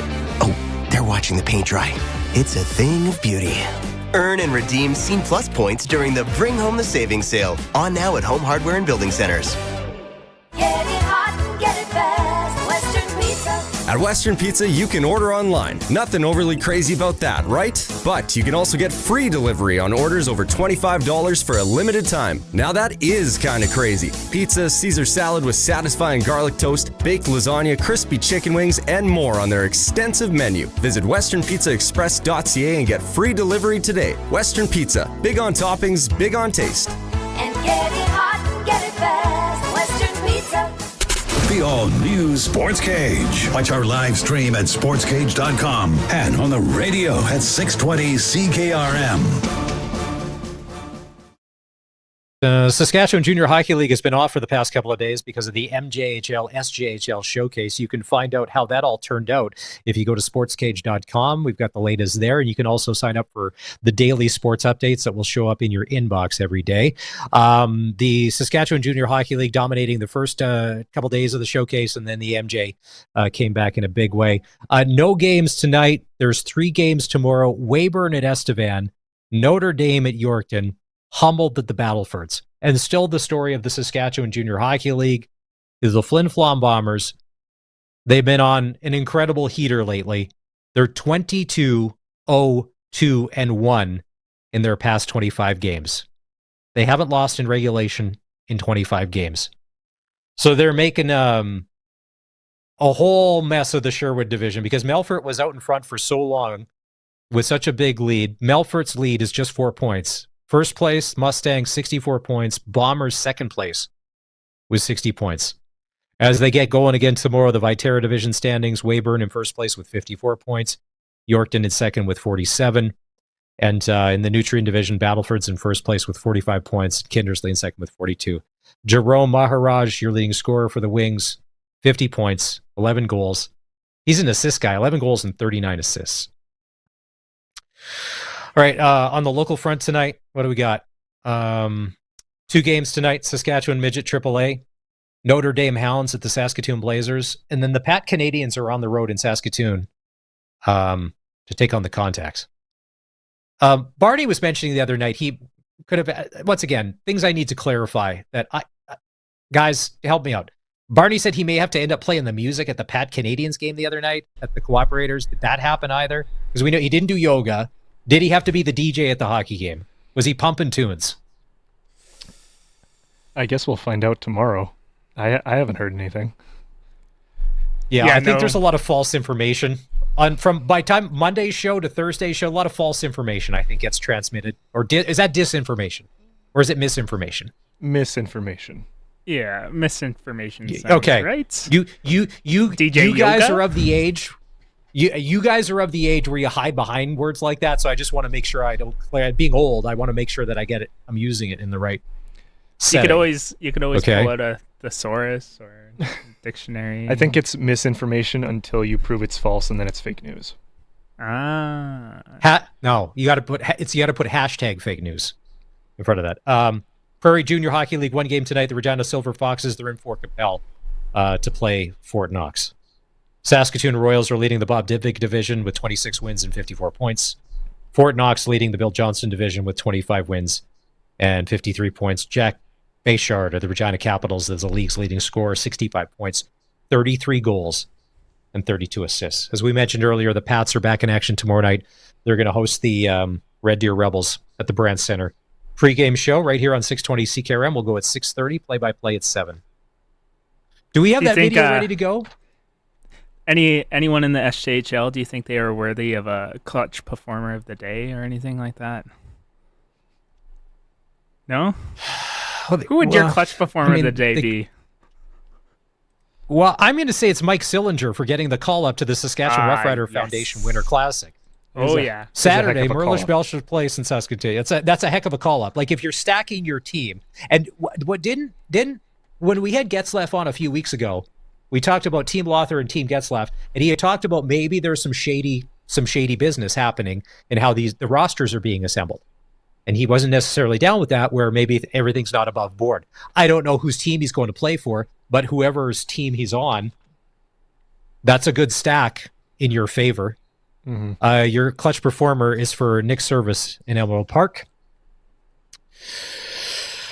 Let's see. It's a big day in football. Do we have that video ready to go? It was on this day in 2000. The St. Louis Rams defeated the Tennessee Titans to win the Super Bowl. You have that one? Because Tennessee was marching, and they came up like 1.5 yards short, I think. I think a lot of us remember that. Well, if you're of a certain age. Yes, I think I have that. You got to give me a second. Yeah. Okay, while you're doing that, did you also know on this day in history, back in 1999, young millennials or Gen Xers or whatever you're called, Baby One More Time by Britney Spears was the #1 song on the music charts. On the top 40 surprising. Charts. Yeah. that one makes sense. Britney Spears had a couple around that time, eh? Yeah. Definitely not surprised. I remember I was working at a top 40 radio station in Calgary, and I remember interviewing her at the Saddle Dome. And she was 16, 17 maybe, just a kid. This is just when it was getting started. And kind of seeing how it's kind of played out for her, and sometimes it looks a little like you could have felt the pressure and the tension in the room with all of her handlers around her. I can only imagine. Oh, here we are. This is the play right here. So Tennessee's driving. This is the greatest show on turf, Kurt Warner and the Rams. And what is that? 1/2 yard short. Oof. Yeah. That's tough. There's Mike Martz, Kurt Warner. Yeah. I always enjoy our history moment because I feel like I learn something new every day on the Sportscage. Sometimes it's useful, sometimes it's not. I don't know, but always something new. All of a sudden, you've connected the dots that Kurt Warner, who's on the NFL Network, was a Super Bowl winning quarterback because you played some clip of him one day on the show. You're like, hey, that guy actually played football. Piece it all together one way or another, you know? It's like you got little pieces here and there. You're like, oh, and then suddenly it clicks, you know? Like you could see everything like spinning around the room. You're like, whoosh, whoosh, and then suddenly the NFL makes sense to me. Thank you. Also on this day back in 1994, the Dallas Cowboys beat the Buffalo Bills. I think I'm just trying to remember if that was one of the wide rights or the wide left situations, or was that just a dominant win?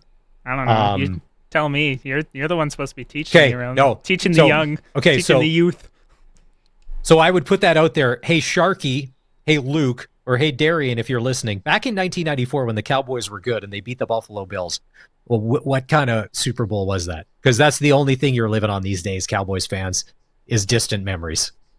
30 years since you've been in a championship game under the Jerry World Watch.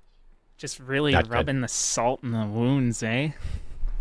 I like the Cowboys. When the Cowboys are winning, it's easy to get on the bandwagon when the Cowboys are winning. The internet is the best when the Cowboys win and when they lose. Internet's undefeated.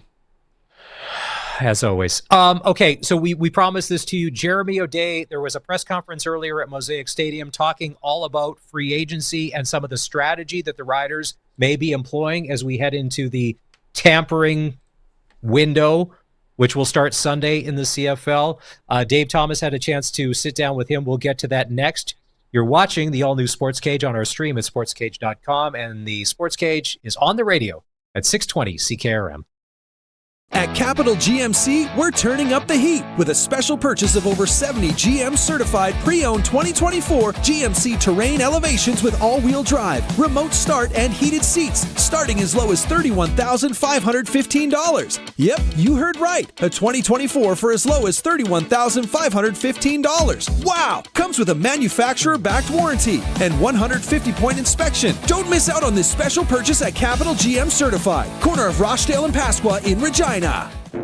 Nobody knows the equipment market like Ritchie Brothers. If you're selling heavy equipment and trucks, Ritchie Brothers will get you the most buyers, industry expertise, and the widest selection of custom selling solutions. Sell equipment your way, from your yard or a Ritchie Brothers facility. Ritchie Brothers will drive demand for your assets like no one else can. Contact your local territory manager today to get started. Visit rbauction.com to learn more about selling with Ritchie Brothers. Bronco Plumbing, Heating, and Cooling wants you to ignore their water heaters. Don't think about it. Don't worry about it. Because when you rent your water heater from Bronco, they take care of all the maintenance. Their professional staff will come to your home, handle the service at no additional charge, and then you're free to think about anything you want while you take a nice, long, hot shower. Water heater and water softener rentals from Bronco Plumbing, Heating, and Cooling. Call 781-2090 or visit broncoplumbing.com. They'll treat you right. Welcome back to the all-new Sports Cage. Connect with the show. Call 1-866-767-0620 or text 306-936-6262. Remember, you can always get any part of the Sports Cage you're looking for in podcast, Apple, Spotify, or just go to our website at sportscage.com. It's Maz in for Barney. He's back in tomorrow. We're wrapping things up for today, thanks to the double C's. The tampering window in the CFL opens Sunday, and then all hell's going to break loose, and then all sorts of stuff's going to be coming out.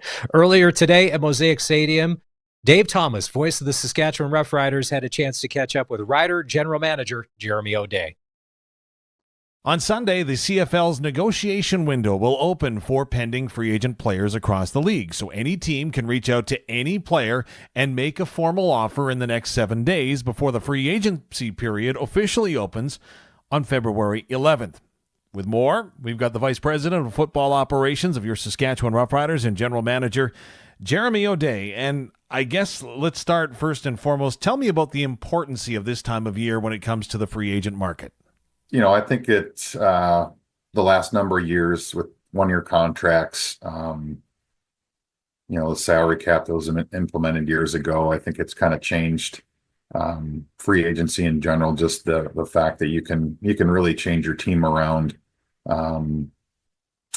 when you go into free agency now. So I think, if you look at some of the other teams, there's, some teams have been very inactive with bringing their own players back, and some of that's just the case that there's a new general manager, a new direction. So, but you can actually, quite drastically change your team within a season in free agency if that's the plan. So, we were very active last year, and as I said before, we've got a lot of those guys still under contract, which is great.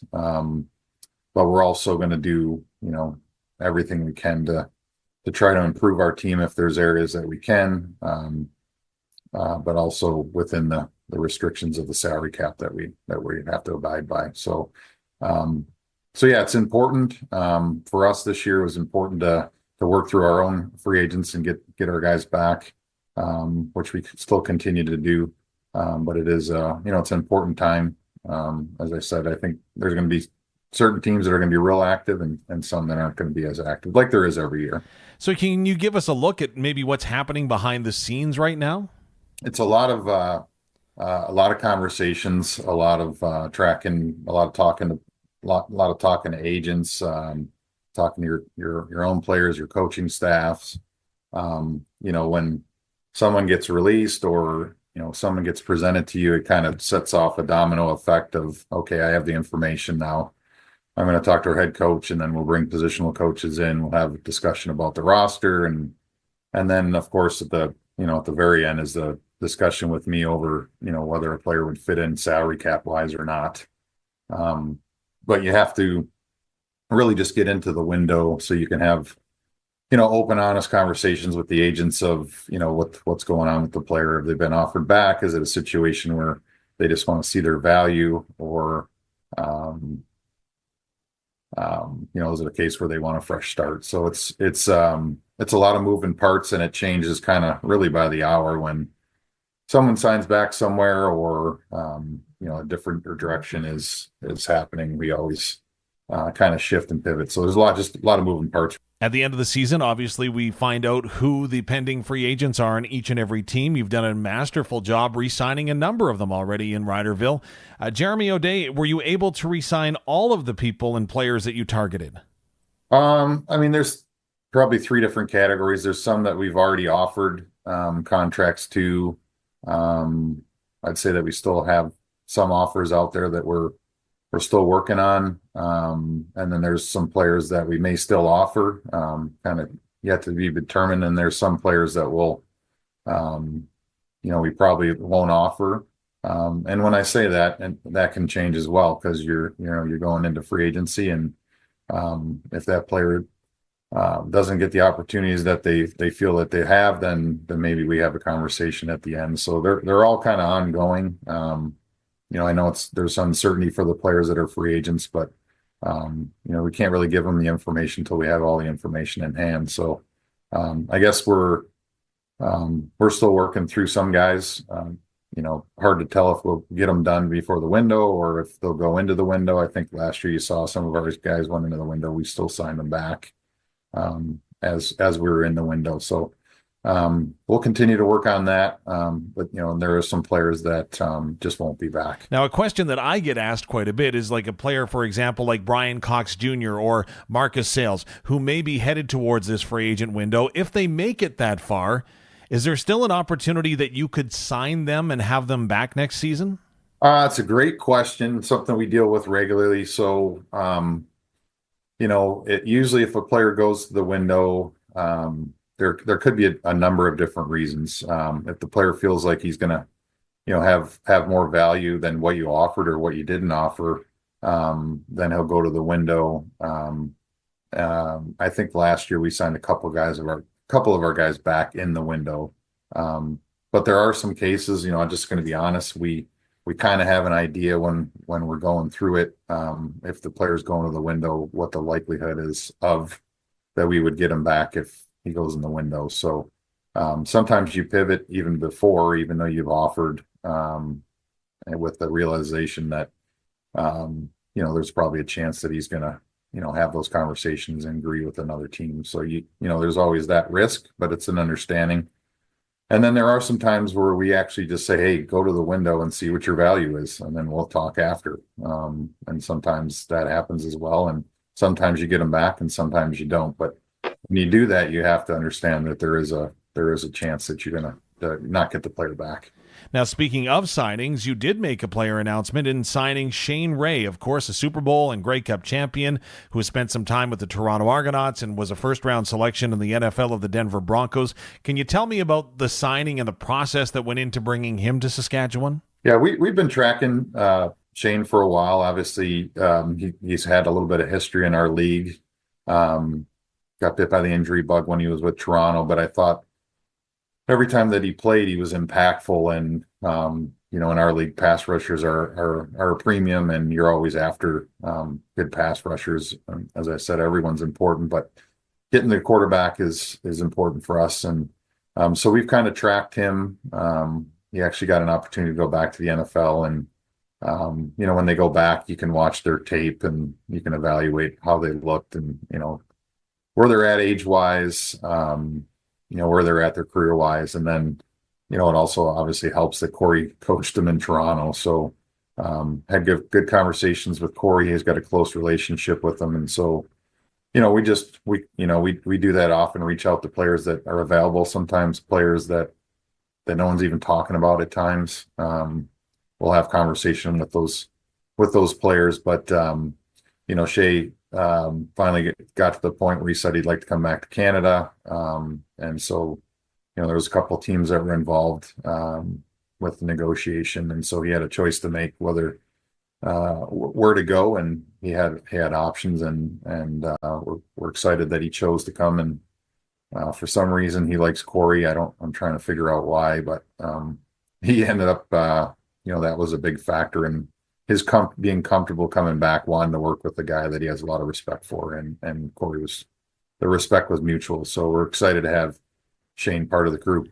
Now, it's also a time where teams are starting to release players, one of which is Mike Rose in Calgary. Have you reached out to him already? Yeah, just like anytime there's a good football player that's released from another team, we'll always do our due diligence and have conversations of whether we'll have interest in that player or not. A lot of respect for Mike Rose as a player. He's had a lot of success in our league. He's been a multiple time All-Star. Has a little bit of history with our head coach as well. So, those are conversations we have internally. But again, part of our job is to, make sure that when there's a player that's released, that we have discussions and conversations of whether that player would potentially bring value to our team. So we do that with pretty much every player that's released. And this time of the year is a time where some of those things do happen. I guess finally, when it does come to free agency, you talked about it last year, how you were active but didn't want to have to be that active all the time. Is it possible to build a team through the draft and scouting in the CFL without the free agency window? Well, it's difficult with the salary cap. But yeah, in the best case, you'd love to have a situation where you're just building through your drafting and scouting. But it doesn't always happen that way. Contracts don't always time out at the right time. You have a good player in that position that makes a good contract, and another player is coming up that also needs a good contract, and you're not able to provide two guys in the same position with the starting money that they would be asking for. So I think that you're always going to have to do something in free agency. But ideally, I think I've said in the past, we don't want to be in a situation where we're super heavy in free agency, because, you want to have some continuity. You want guys to feel comfortable and be building towards something, which is a championship. And you want them to be around the same guys for multiple years. And if you can do that, I think it pays off. But yeah, if you have tough years, then obviously you're going to be more active. If there's a change in the coaching staff, if there's a change in the general manager, then there's obviously going to be, heavy activity. For everything hockey, head to Extreme Hockey and Sports. Spring hockey is around the corner. Get fitted to your specs with the